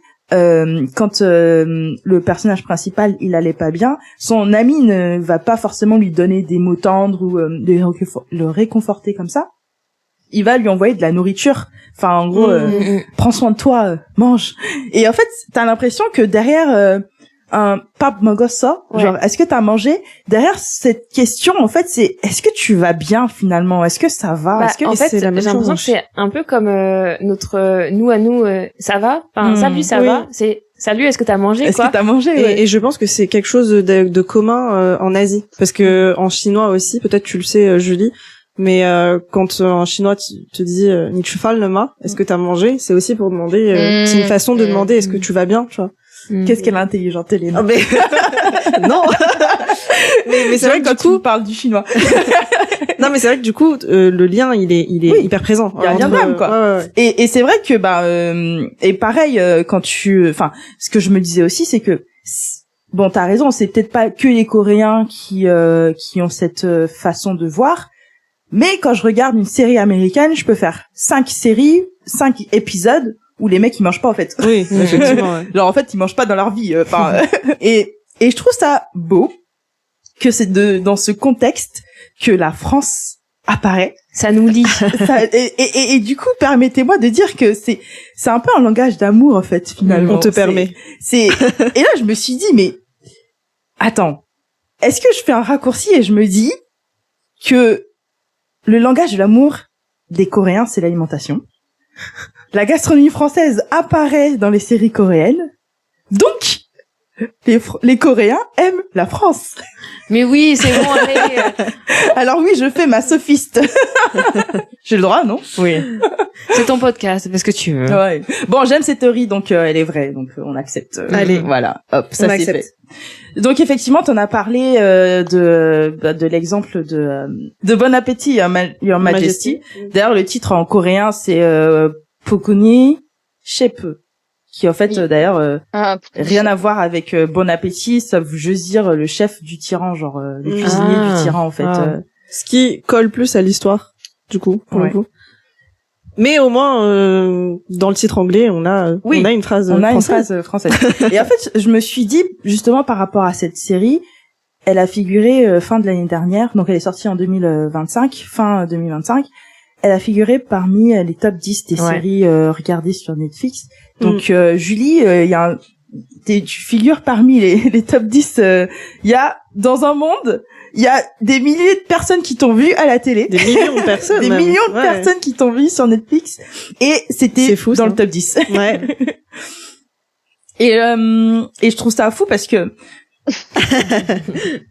je me dis dans le top 10, du coup, c'était dans le top 10, c'était une série coréenne. Mais en même temps, on parlait de la France dedans parce que gastronomie. Et donc, t'es vraiment chauvine. Ah, mais là, je suis chauvine à fond, là. J'avais prévenu, hein. Mais voilà, donc ça veut dire qu'il y avait un top 10 où on pouvait pas parler de la Corée sans parler de la France. Et ça. Et sans parler de Julie non plus. C'est fou. Et sans parler de Julie non plus. C'est trop drôle. Mais qui est aussi française en Corée, donc. Parfait. La boucle est bouclée. La boucle est bouclée. Donc je reviens pas sur la série parce que t'en as parlé, mais par contre effectivement dans Tastefully Yours, donc Tanchine Mat, genre littéralement ton goût. Ton goût. Ouais, ton goût. Non, et d'ailleurs aussi par rapport à ce titre, quand j'en ai parlé à mes potes, ah oui, j'ai un drama, j'ai ce drama qui sort, blablabla. Je leur dis juste Tanchine Mat. Ils me regardent en mode quoi? T'es sûr que c'est le nom du drame? Je fais oui. Et ils vont se Pourquoi tu regardes comme ça? Est-ce bizarre qu'ils vont comme se nom. dévorer? Ton goût, hein? Pas ton goût, est-ce que... Ouais. Non, mais ils l'ont fait exprès, c'est sûr. Oui, je pense aussi. Bon, si je vous remets dans le contexte, pour la faire courte, en gros, c'est l'histoire d'un chaebol, mais chaebol d'un conglomérat alimentaire qui part un peu à la chasse aux étoiles du guide Michelin. Alors oui, j'ai dit guide Michelin, vous voyez où je veux en venir. Oui, tout à fait. Donc oui, le guide Michelin est très français. Donc tu vois, ça provoque ça, le chauvinisme. Ah là là. Donc oui, notre personnage qui est incarné d'ailleurs par Kang Hanel. Ouais, il va chercher donc sa 3e étoile, il me semble, ou sa 2e. Enfin, je suis un peu perdue sur le nombre d'étoiles, mais en tout cas, il en a déjà une. C'est très bien, minimum. Ouais. Très, et il va bien. chercher la suite. Et dans cette course poursuite, on va dire, il tombe sur un petit resto, on va dire de région, enfin c'est vraiment en dehors de Séoul, et il tombe plus ou moins amoureux de la recette, et j'ai envie de dire aussi de la fille, la chef. Et ce qui fait que voilà, il se retrouve dans ce restaurant, et là qui est-ce qu'on voit arriver dans ce restaurant à l'épisode 5? C'est une famille française dans laquelle il y a qui? Il y a Julie. Notre chère Julie. Notre chère Julie. Et donc à l'occasion, déjà pour commencer et continuer sur ces anecdotes-là, je voulais vous faire quand même faire écouter un petit passage qui démontre à quel point il y avait de français dans cet épisode-là. Bonjour.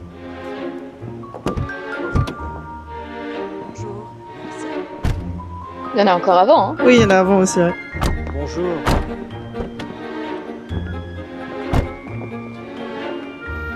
찾아주셔서 감사합니다. En fait, c'était juste pour dire, j'ai jamais entendu autant de bonjour Oui. dans une série coréenne. Bonjour. Même tout court. Non, ils ont rajouté des bonjours, hein. C'est vrai? Ça a été, En post-production? très... ouais. En post-pro, ouais. Parce qu'on n'a pas dit autant. J'ai écouté ça, je me suis dit, mais il y a autant de bonjour. Et je dis, mais pas bonjour d'ailleurs, je crois. Par contre, à la fin, si on écoute un peu, pardon.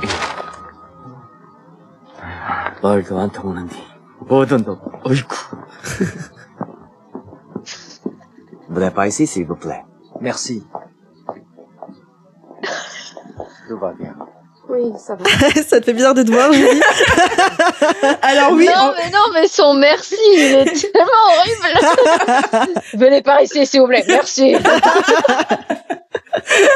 donc ouais, puis en plus on t'entend à la fin. Le petit oui, ça va, c'était Ouais. Julie, hein. Ouais, qui l'a c'est ça, dit. exactement. Si vous avez Oui. entendu, Oui.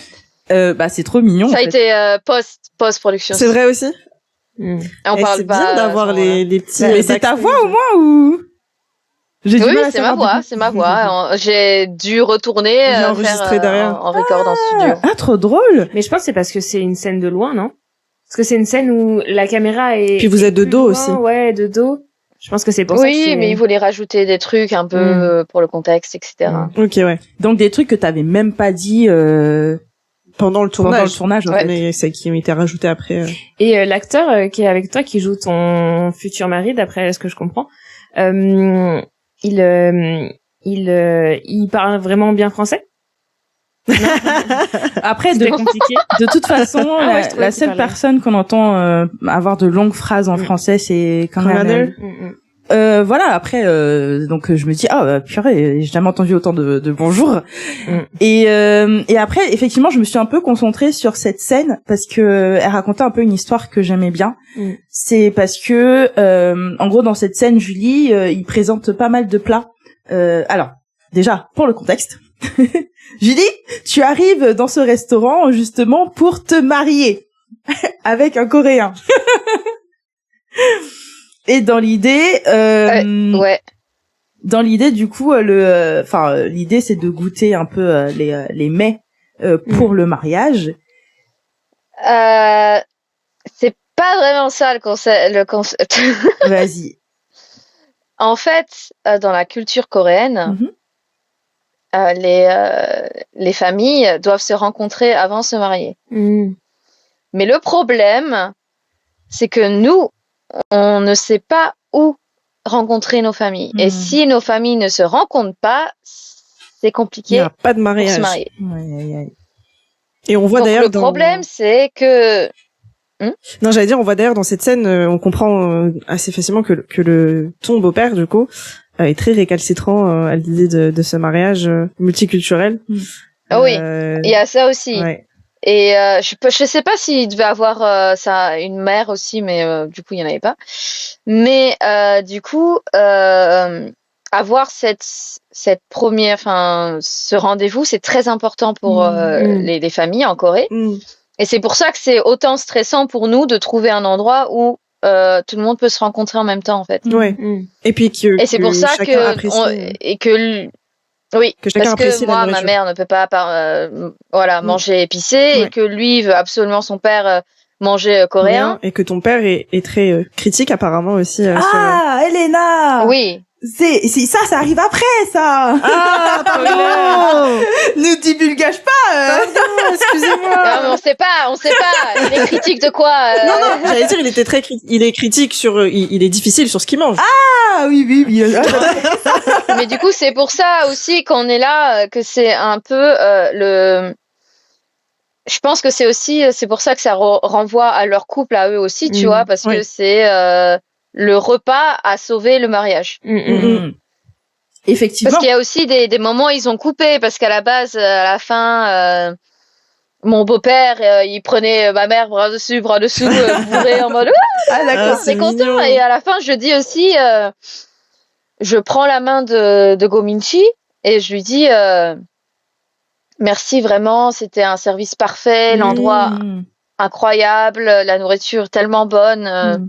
Et je dis 정말 감사합니다. Tu vois, je la remercie de tout mon cœur et tout, parce que c'est un peu ce repas a sauvé notre mariage en fait. Ouais. C'est ça le truc. Et au final, ils ont fait dire, enfin, ils ont plutôt gardé le père qui dit qu'il était très content. Après, je peux comprendre pourquoi. Hein. C'était pour faire le lien pour l'histoire. Quand est-ce que tu arrives du coup? Mais oui, effectivement. Et par contre, justement, ce qui a sauvé aussi, comme tu l'as dit, le mariage à venir, c'est un peu quelque part les mecs qu'ils ont présentés. Alors, je trouvais ça assez fascinant parce que il y a eu des mix. Bon, j'ai pas tout de suite su en quoi c'était mixé, mais il y avait pas le fameux hachis parmentier aux lasagnes en tout cas. C'est ça. En tout cas, il y était pas. on est content. Je pense pas que ça allait sauver le mariage, ça. Non. Donc effectivement, ils proposent des fusions de plats coréens et français. Vraiment, l'amour de la France, encore une fois, est-ce qu'il faut encore en parler? Donc, justement, Kan Han-eul, il présente le menu.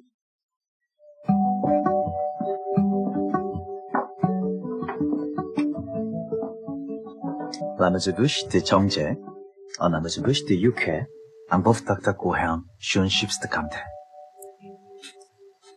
요것이 다냐? Alors, j'avoue, la première fois que j'ai entendu ça, je me suis dit, mais qu'est-ce qu'il a dit? J'ai juste compris l'amuse-bouche de... Et après, c'est des régions, du coup. En fait, oui, il fait un mélange entre le français et il donne les noms de plats en coréen. Mais comme ton cerveau est branché sur, il parle en français, tu t'attends forcément à un terme en français derrière. Mais du coup, le Est-ce mélange... qu'il a dit sur une chips de comté? Et en fait, c'est sur une chips, effectivement, mais de Kamté. Ah! Ok. Donc voilà, enfin, donc, il dit bien l'amuse-bouche de Jangjay, donc c'est le nom du resto. Et ensuite, il donne l'amuse-bouche de UK. Donc UK c'est le nom de la région, j'imagine. Mais c'est le nom de leur plat. En gros, c'est un bœuf tartare. Donc ce qu'il dit tout de suite après. Non, UK c'est le bœuf tartare coréen. C'est le bœuf tartare coréen. Et du coup ce qui rajoute aussi en français derrière tout de suite, il précise tartare. C'est le bœuf tartare. Mais du coup dans la phrase ça fait la mousse-bouche UK. Mais du coup vu qu'il le prononce extrêmement mieux que moi, ça passe c'est du coréen dans la phrase. Et ensuite il ajoute sur des chips Kamté. Et effectivement le Kamté c'est une algue verte sur le plat et en fait donc là c'est la chips quoi en gros. OK. Donc en gros là la fusion qu'on peut dire c'est plus ou moins tartare plus Mais c'est quand même des spécialités coréennes mais mises visuellement, ça ressemblait quand même à un plat français, c'est ça en gros. Oui, je pense que il y a un peu de ça, enfin est-ce que sur place pour vous ça ressemblait à ça? Parce que j'arrive pas à dire en n'étant pas trop dans les restos gastronomiques coréens non plus, je sais pas dire si vraiment on sentait la patte française dans ce qu'il présentait. C'est très gastronomique quoi, c'était très restaurant étoilé quoi, c'était très tu vois Et question bête, vous avez pas j'allais demander vous avez la même question après la même question que j'avais posée. Moi j'ai pas goûté malheureusement, mais les gens qui ont goûté, ils ont. Ah si, moi j'ai goûté le dessert, mais ça a été coupé par. Mais les autres ont goûté. Et il y a eu plusieurs scènes, donc plusieurs cuts. Du coup, ils ont mangé. Ils devaient manger à chaque fois. Des amuse-bouches. Et donc il y avait un vrai chef qui préparait derrière, ça veut dire? Oui, le chef est d'ailleurs coréen, mais qui a été chef à l'Élysée. Oh wow! Ça je savais pas. Quelle anecdote de dingue! Et il parle français très bien et c'est un vrai chef. En fait, vous avez bien mangé sur le plateau. C'est bon. Ouais. C'est excellent. C'est bon. Il y a un deuxième plat qu'il propose que j'ai voulu relever et qui est une fusion entre le samgyetang, donc la soupe de poulet au ginseng, et une soupe de fruits à la mer française classique. Et puis à la fin, il finit par dire que c'est une sorte de champo revisité. Et le champo, en gros, c'est une champon. Champon. Ah ouais. Et de ce que je comprends, donc c'est une soupe de nouilles épicées aux fruits de mer, donc à la base. Et donc en fait, la fusion qu'il a faite, il présente ça un peu comme le champon revisité à la française, quoi. Parce que c'est ce que le père il aimait. Et tout. Ouais. Donc j'avais du futur mari du coup. Comment? Le père du futur mari. Oui, pardon, le beau-père de Julie. En fait, je vais m'arrêter sur ça. Un dernier truc que j'ai relevé, c'est un des collègues du resto.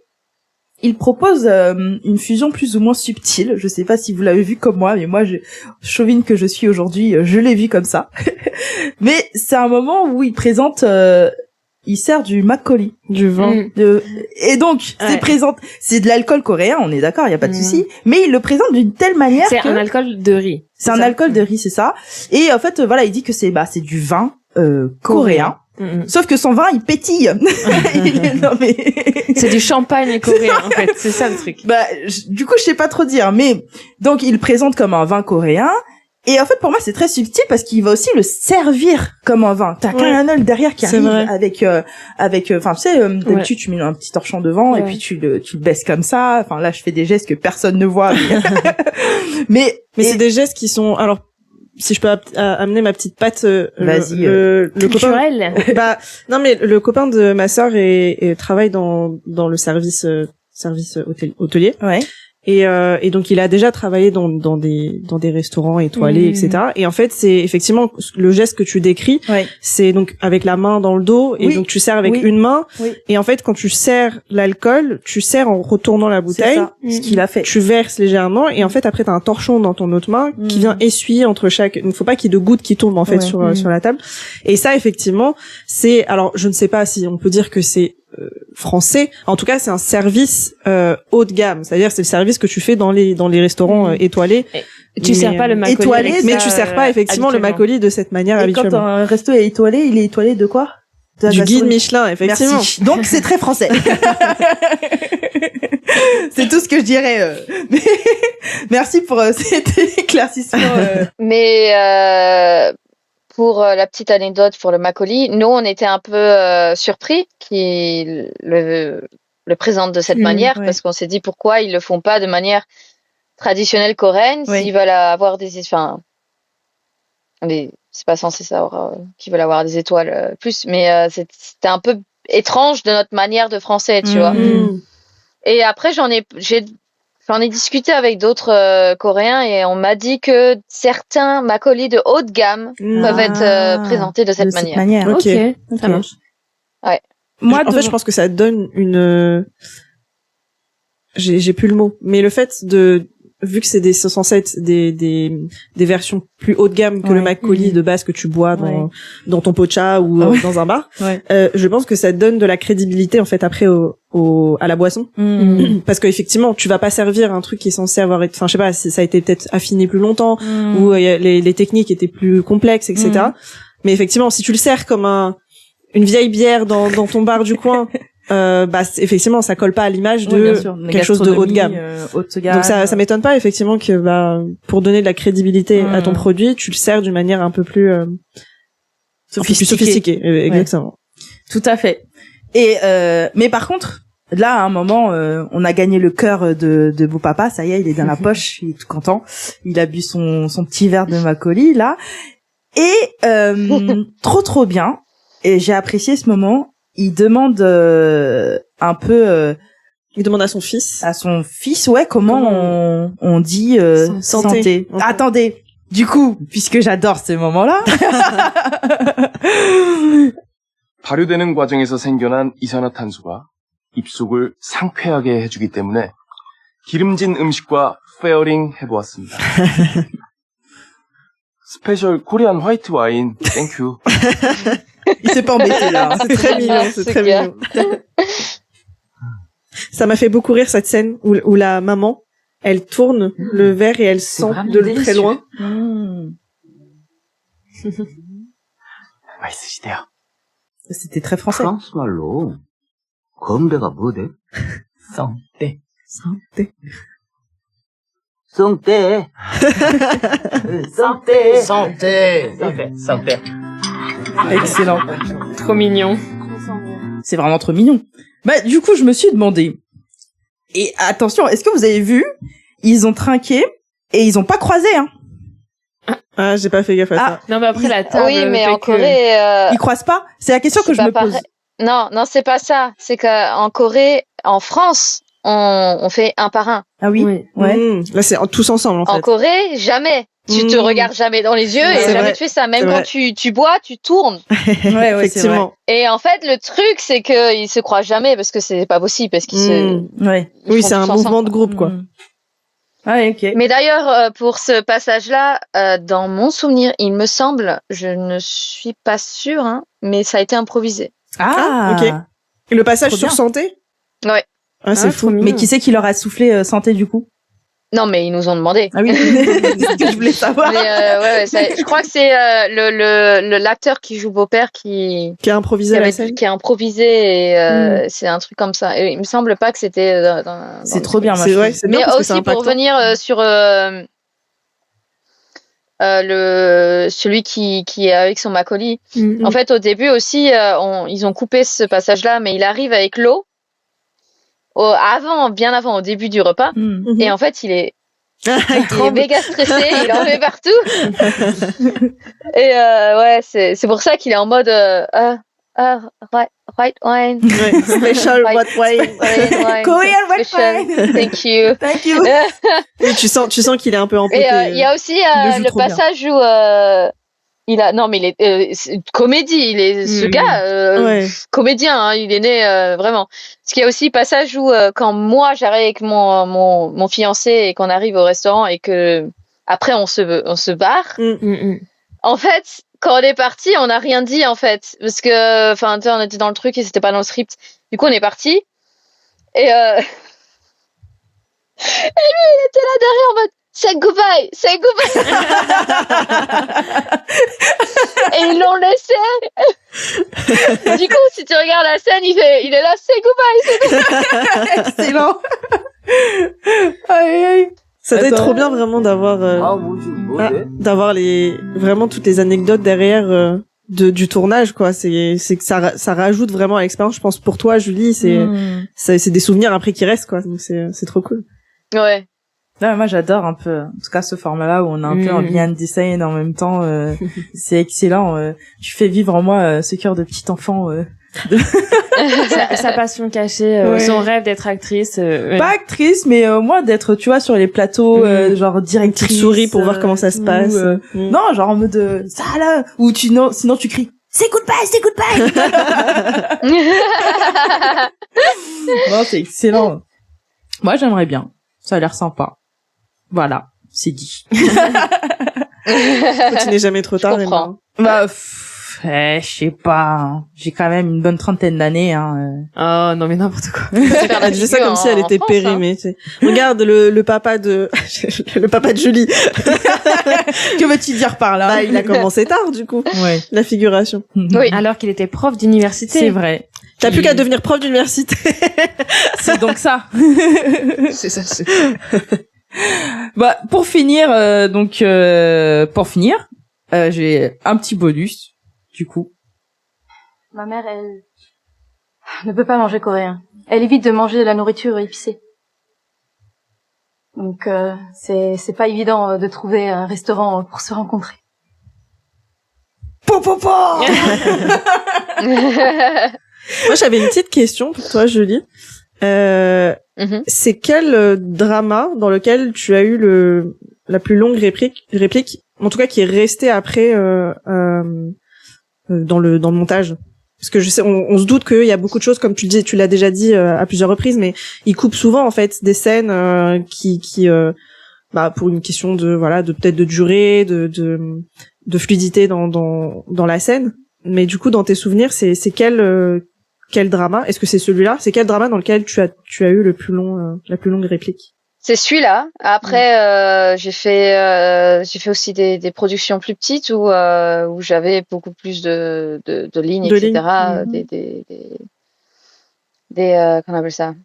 Des courts-métrages, Ok, ouais. Et souvent dans tes rôles, est-ce que ton rôle c'est de jouer une Française ou pas forcément? Des fois d'autres nationalités. Pas forcément. Pas forcément. Ou des fois c'est pas. J'allais dire la carte étranger fonctionne avec ton visage tant que c'est. Mais si c'est juste de la figuration, qu'importe genre j'ai Jenny, le drama là, Jenny avec Oubin, Kim Oubin. La scène là qu'il est dans le Dubaï il y a je sais pas combien de temps là où il y a une tonne d'étrangers. T'es dedans? T'es dedans aussi? Mais non. Oui. Faut qu'on regarde ça du coup. Je me fais pousser par la main. Tu te fais pousser? Non. Je me fais pousser par la main actrice. J'espère que t'as pas dû faire plusieurs fois cette scène. Méga chaud. Si. En tout cas, le pire, c'est qu'après, mes potes cascadeurs aussi, ils m'ont poussé derrière. Enfin, c'est j'ai eu des bleus. Parce qu'on devait se bagarrer pour, t'avais, comment on appelle ça? T'as la scène où on lui demande plus d'argent, etc. et que c'est de l'or qui descend là, qui tombe, qui pleut. Mais là, on se. Vous devez vous bagarrer pour. J'ai un pote, un des potes cascadeurs, il m'a chopé et il m'a traîné. Non. Ça, c'est des trucs en plus qui doivent. Je suppose qu'il peut le faire parce que vous connaissiez avant, du coup. C'était pas prévu. Oui. C'est pas comme ça dans le monde de la figuration. Tu te fais traîner par les pieds par un inconnu. Non. Mais en vrai, ça doit être. On se connaît, c'est les cascadeurs, donc. Ça doit être des petits trucs, je pense, c'était pas prévu qu'ils te traînent par les pieds. Mais ça, en fait, vous vous surprenez entre vous, avec ces petites choses là qui étaient pas prévues et ça doit être super drôle après. Non, après... Mais faut pas rigoler par contre. Oui, faut garder son sérieux. En tout cas, moi je tenais. C'est pas facile, hein, souvent. Bah oui, tu m'étonnes. Je tenais à préciser que j'ai trouvé, alors pour avoir vu plusieurs fois des dramas où ça parle français ou même étranger, c'est-à-dire en anglais, etc. J'ai trouvé que la scène là dans laquelle tu parles français, Julie, je l'ai trouvé très juste. Je l'ai trouvé. En fait, ça collait bien au moment émotionnel où voilà, où on sent que c'est quelque chose qui te tient à cœur et que le mariage évidemment te tient à cœur, mais que du coup ça te tenait à cœur de trouver un lieu où tu pouvais rassembler les deux familles. Et je trouvais que c'était très bien joué. Voilà, c'est donc non, c'est en vrai, j'avais un peu peur de sonner un peu faux. Et ben c'est justement non, dans ma manière de parler et d'être un peu, tu vois, parce que on s'en rend pas compte, mais quand tu vois on joue, etc. Même quand il y a beaucoup d'étrangers qui ont été critiqués par leur jeu d'acteur dans les dramas, faut savoir aussi que ça vient aussi du fait le style et le directeur et ce qu'il veut, etc. C'est pas forcément l'acteur. Mais c'est vrai que j'étais là en mode, je sonne un peu faux là, où je fais ça. Non, mais justement. Parce que même la scène aussi où on se dit au revoir à la fin, et que mon père il dit c'était le meilleur repas de toute ma vie. Oui. On était fatigués, c'était le dernier jour, c'était la dernière scène et c'était le nouvel an aussi, hein, c'était 2 jours après le nouvel an. Ah oui, ouais. Nouvel an du coup en Corée, du coup c'est férié quoi du coup donc. Ouais, mais on travaille quand même. Ouais, c'est dur métier d'acteur. Enfin, j'étais en plus malade aussi. J'avais attrapé un rhume. Enfin, c'était pas facile. Les conditions étaient pas idéales, quoi. Et du coup, j'avais moi aussi ma ligne à dire, etc. Pour dire merci, etc. Et genre, j'ai celui qui joue mon père qui me disait, faut que tu vraiment essayes de avoir un peu plus d'émotion parce que en fait, c'est une scène importante, où on dit vraiment au revoir, etc. Et j'étais tellement fatiguée, j'étais dans le truc, tu vois. Et en fait, faut savoir que tous les moments où les caméras sont sur les mains, moi, je suis en train de pleurer derrière. Ah non.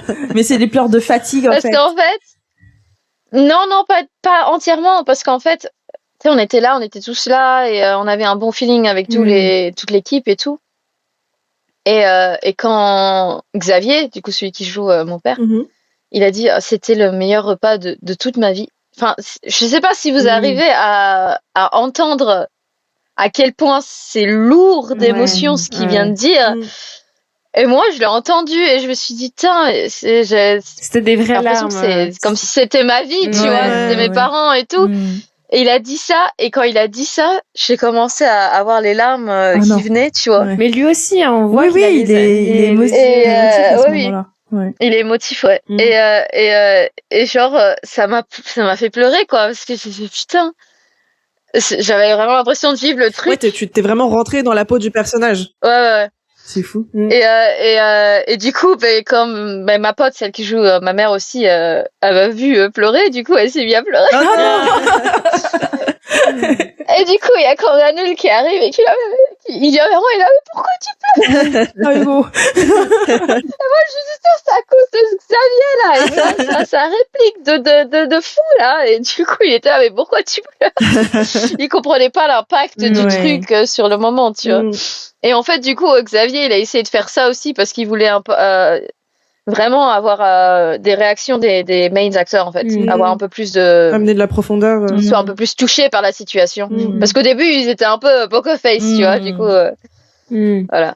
Non, mais du coup, je me répète, ça sonnait pas faux. Et c'est assez, effectivement, rare pour le relever parce que je me doute, hein, comme tu le disais, mais en fait, on sait très bien que les passages où t'as des étrangers qui parlent, etc., ça rajoute. En fait, c'est juste pour la crédibilité de la scène. C'est pour ça qu'ils mettent des étrangers, etc.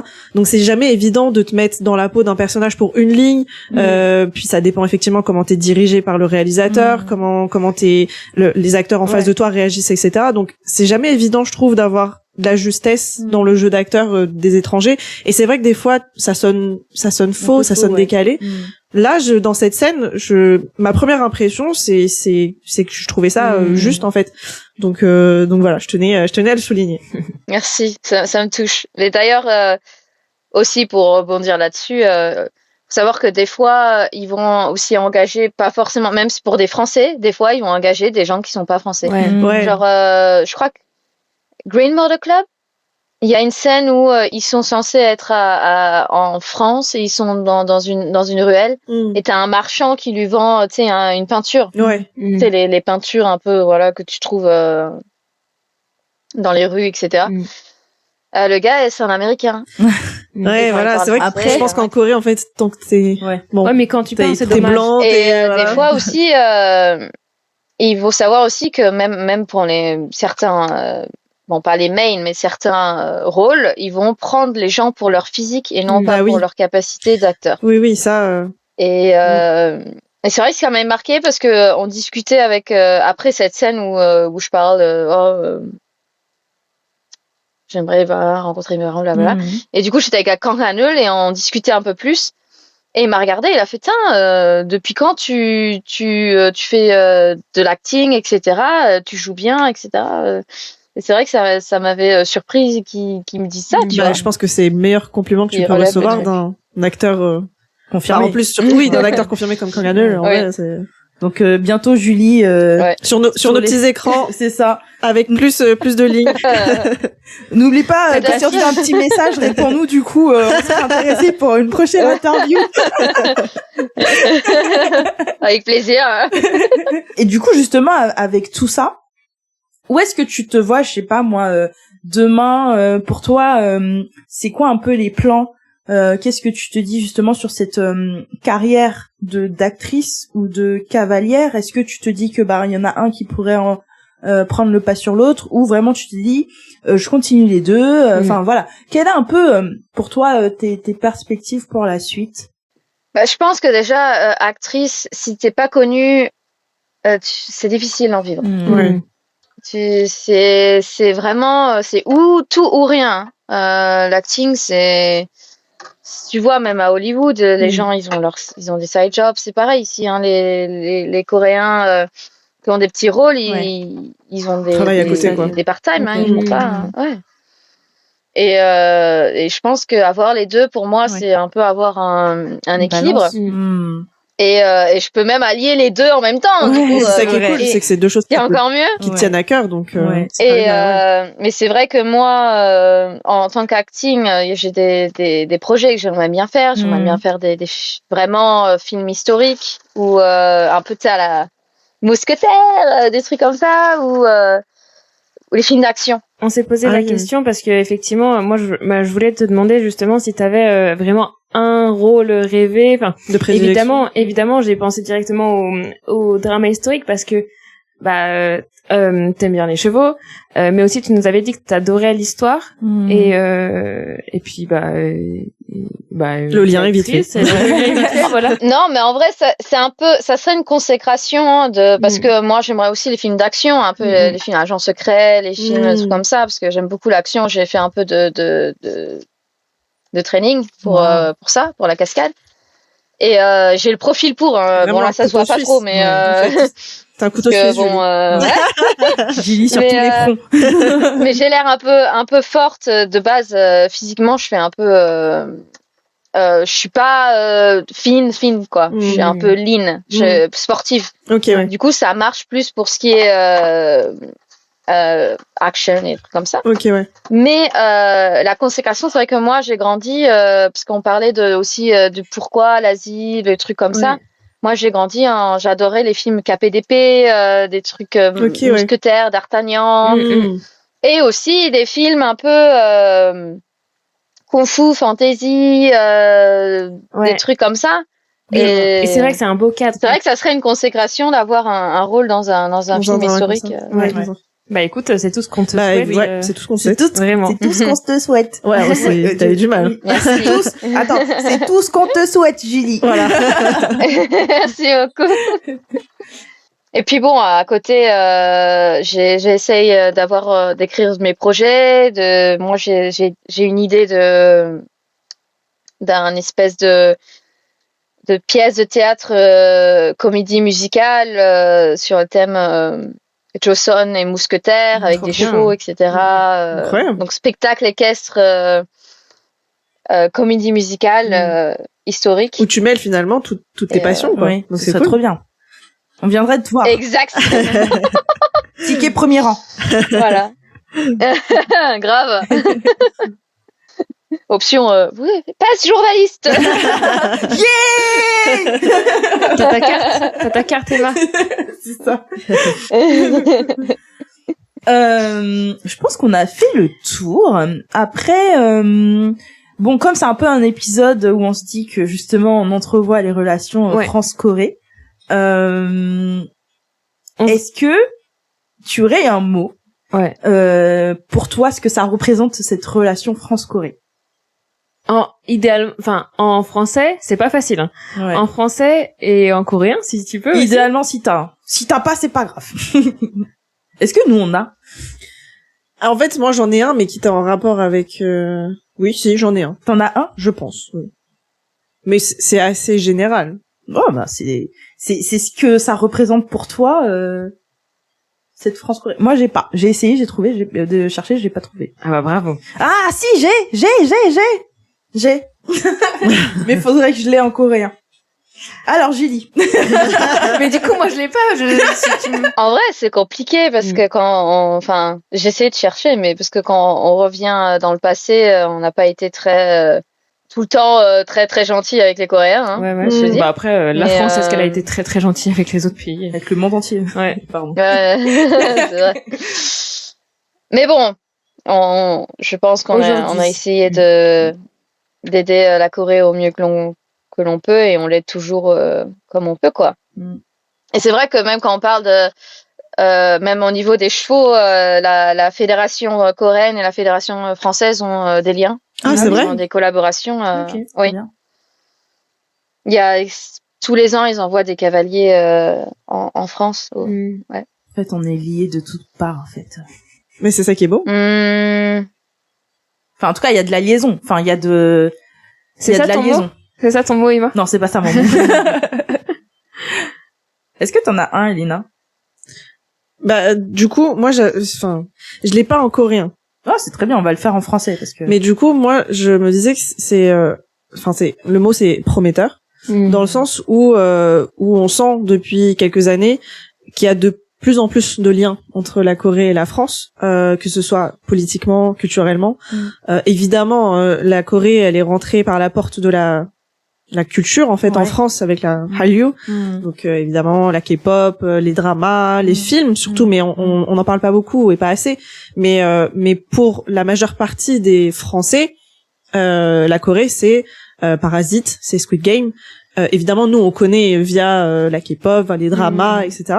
Mais pour beaucoup, et surtout des personnes qui n'ont pas forcément d'intérêt plus particulier que ça pour la Corée, mais en fait, c'est le cinéma coréen qui a une image plutôt positive, en fait, dans le monde du cinéma, pour être novateur, pour être vraiment différent, en fait, mais je pense que ce que tu peux trouver aux États-Unis, quoi. Ça doit être quelque chose de plus ou moins pas universel, mais c'est comme ça comme pour beaucoup de pays. Par exemple, tu vois, l'Inde, avec Bollywood, ouais, c'est vrai. Mais après, c'est toujours pour les grands pays de cinéma, mais je vais après dire... l'Inde, il y avait aussi la nourriture, il y avait ouais, mais je sais pas. Parce que les restaurants coréens, au final, moi j'ai l'impression qu'ils sont arrivés après la hype culturelle, alors que les restaurants indiens, par exemple, étaient déjà installés en France avant. Il y a aussi une grosse diaspora plus ancienne d'Indiens en France. Oui, ça c'est sûr. Mais du coup, prometteur, parce que pour moi, en fait, il y a de plus en plus de rapprochements. On le voit avec... alors c'est un exemple parmi tant d'autres, mais... ce qui me fait beaucoup rire d'ailleurs, les pièces jaunes avec comment elle s'appelle, Brigitte Macron, qui dirige du coup et qui a des liens en fait avec Stray Kids, avec Lisa de Blackpink, G-Dragon qui les fait venir là depuis 2-3 ans il me semble pour les pièces jaunes. Oui. Et puis même on voit au niveau de la mode on voit de plus en plus d'acteurs d'idoles coréens qui sont ambassadeurs de grandes marques de luxe, Chanel, voilà, etc. Et donc on les voit à la Fashion Week, etc. Est-ce que t'as entendu parler des pièces jaunes, Julie? Ça te parle? Je sais pas. Oui. Le gala Après, les pièces jaunes, c'est quelque chose. Nous, dans notre enfance, en tout cas moi, quand j'étais enfant, en primaire, il y avait la récolte des pièces jaunes tous les ans. Après, là, il y a le gala depuis plusieurs années. Et puis mais le gala existait déjà sous avec comment elle s'appelle, Chirac, Bernadette Chirac. Mais donc en fait, il y avait la récolte. Tu sais, on avait des petites maisons en carton, un peu en mode tirelire, et en fait, on ramenait toutes nos pièces jaunes, nos pièces rouges, et il y avait des récoltes tous les ans. En fait, donc ça prenait cette forme-là. Là, ça prend plus une forme du coup culturelle, musicale, avec le gala des pièces jaunes. Mais c'est vrai que en fait, la Corée rentre par plein de portes différentes. On voit de plus en plus de restaurants coréens, et donc pour moi, c'est prometteur dans le sens où je pense que les relations vont faire que, en tout cas on l'espère, mais se renforcer entre la France et la Corée du Sud. Et à ça, j'aimerais te rajouter, parce que tu as parlé de Parasite, des films, etc. Juste il y a quelques jours, a été annoncé que Bong Joon-ho allait être jury pour le festival, le festival de Cannes. Alors c'est ça. Ça fait un moment déjà que c'est annoncé. Non, ça fait quelques jours. Non, ça fait quelques jours. Et elle sera président président de jury, un truc comme ça. Pour moi, ça fait un moment que c'était annoncé. Je sais pas. En tout cas, moi, j'ai vu passer récemment. Il a dû prendre en grade ou je sais pas, mais ça fait un tollé récemment. Bah non, pas un tollé du coup. Enfin, en gros, non, ça, non. Ils en ont parlé, on en parle beaucoup. Ça fait le buzz, ça fait le pas un tollé.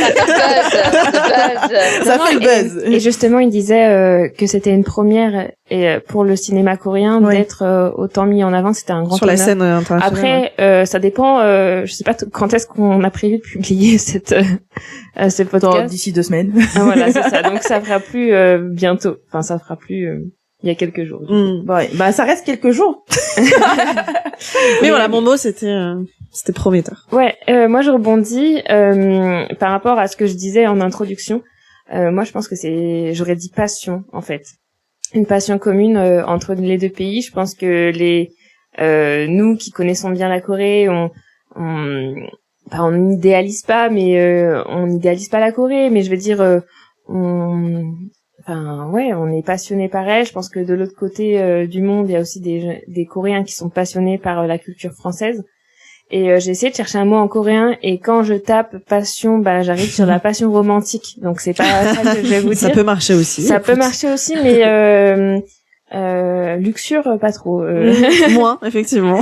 Donc je vais pas vous le dire, mais oui, c'est une relation passionnelle et de passionnés en fait. C'est vrai. De gens passionnés. Merci pour vos mots. Toi, t'en avais un, c'est très juste. Je pense que j'aimerais rester sur ce que vous avez dit comme mot, parce que je trouve ça très beau, et finalement. Et peut-être Julie, peut-être que t'as trouvé entre temps, peut-être un mot. Je sais pas vraiment, peut-être, les Coréens, ils aiment bien parler de famille, on parle un peu de Young Nuna, Oppa, Dongsaeng.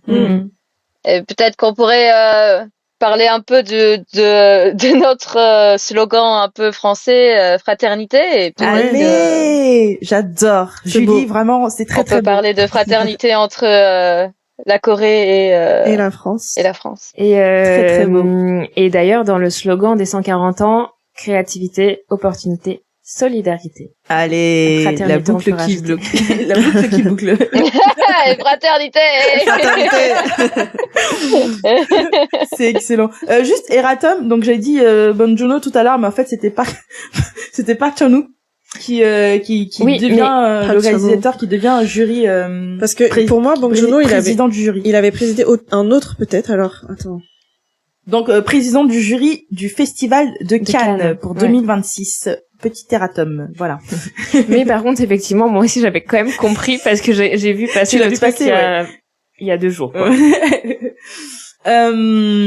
Donc voilà, je pense qu'on a énormément échangé. On a sur les échanges entre la France et la Corée. Ouais, c'était super intéressant. En tout cas, on a parlé de ce qu'on voulait bien. Okay. Je t'écoute. On a un erratum d'Elena. Non, oui. En fait, c'est parce qu'il avait présidé le jury d'un festival international de films, mais à Marrakech. Ah, bah voilà, c'est pas pareil. Pas Cannes. Oui, mais donc du coup, Bong Joon-ho, c'était l'année dernière. C'était pas Cannes. C'était pas Cannes. Mais c'était pas, c'était pas la même personne, effectivement. Autant pour moi. J'en étais à la conclusion, Elena. Et donc très bien, je pense que à moins que l'une de vous a envie de rajouter quelque chose, mais je pense qu'on a un peu bien fait le tour. Mais en fait, je trouve que c'est super intéressant que ça soit justement c'est ce qu'on disait tout à l'heure, le prisme du cinéma, des séries qui fait que ça relie les cultures et là particulièrement avec la France et la Corée, et je pense que c'est beau dans le sens où ça tombe un peu sous le sens, en tout cas dans notre projet pour le podcast. Donc merci à toi Julie d'être venue franchement et d'apporter ta petite touche aussi d'expat en Corée du Sud et d'actrice. C'est franchement c'est cavalière. De cavalière, c'est trop bien.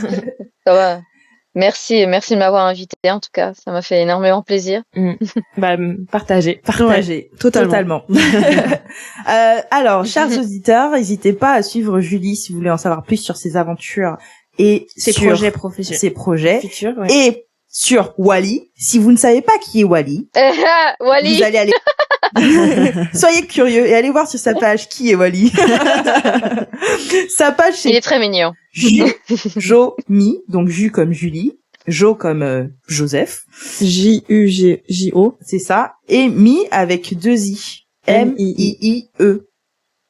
Sur sa page Instagram, et elle a plein de photos de Wally et de ce qu'elle a fait sur les sets, etc. Et de ce qu'elle fait aussi avec les chevaux. Donc je vous invite fortement à la suivre si vous voulez en savoir plus. Très bien. Et puis suivez-nous aussi. Exactement. Suivez, likez, abonnez-vous. Retrouvez-nous donc sur Instagram, partout. Enfin, de toute façon, si vous nous écoutez, c'est que vous êtes soit sur Apple Podcast ou Spotify, sur Deezer, YouTube. Voilà.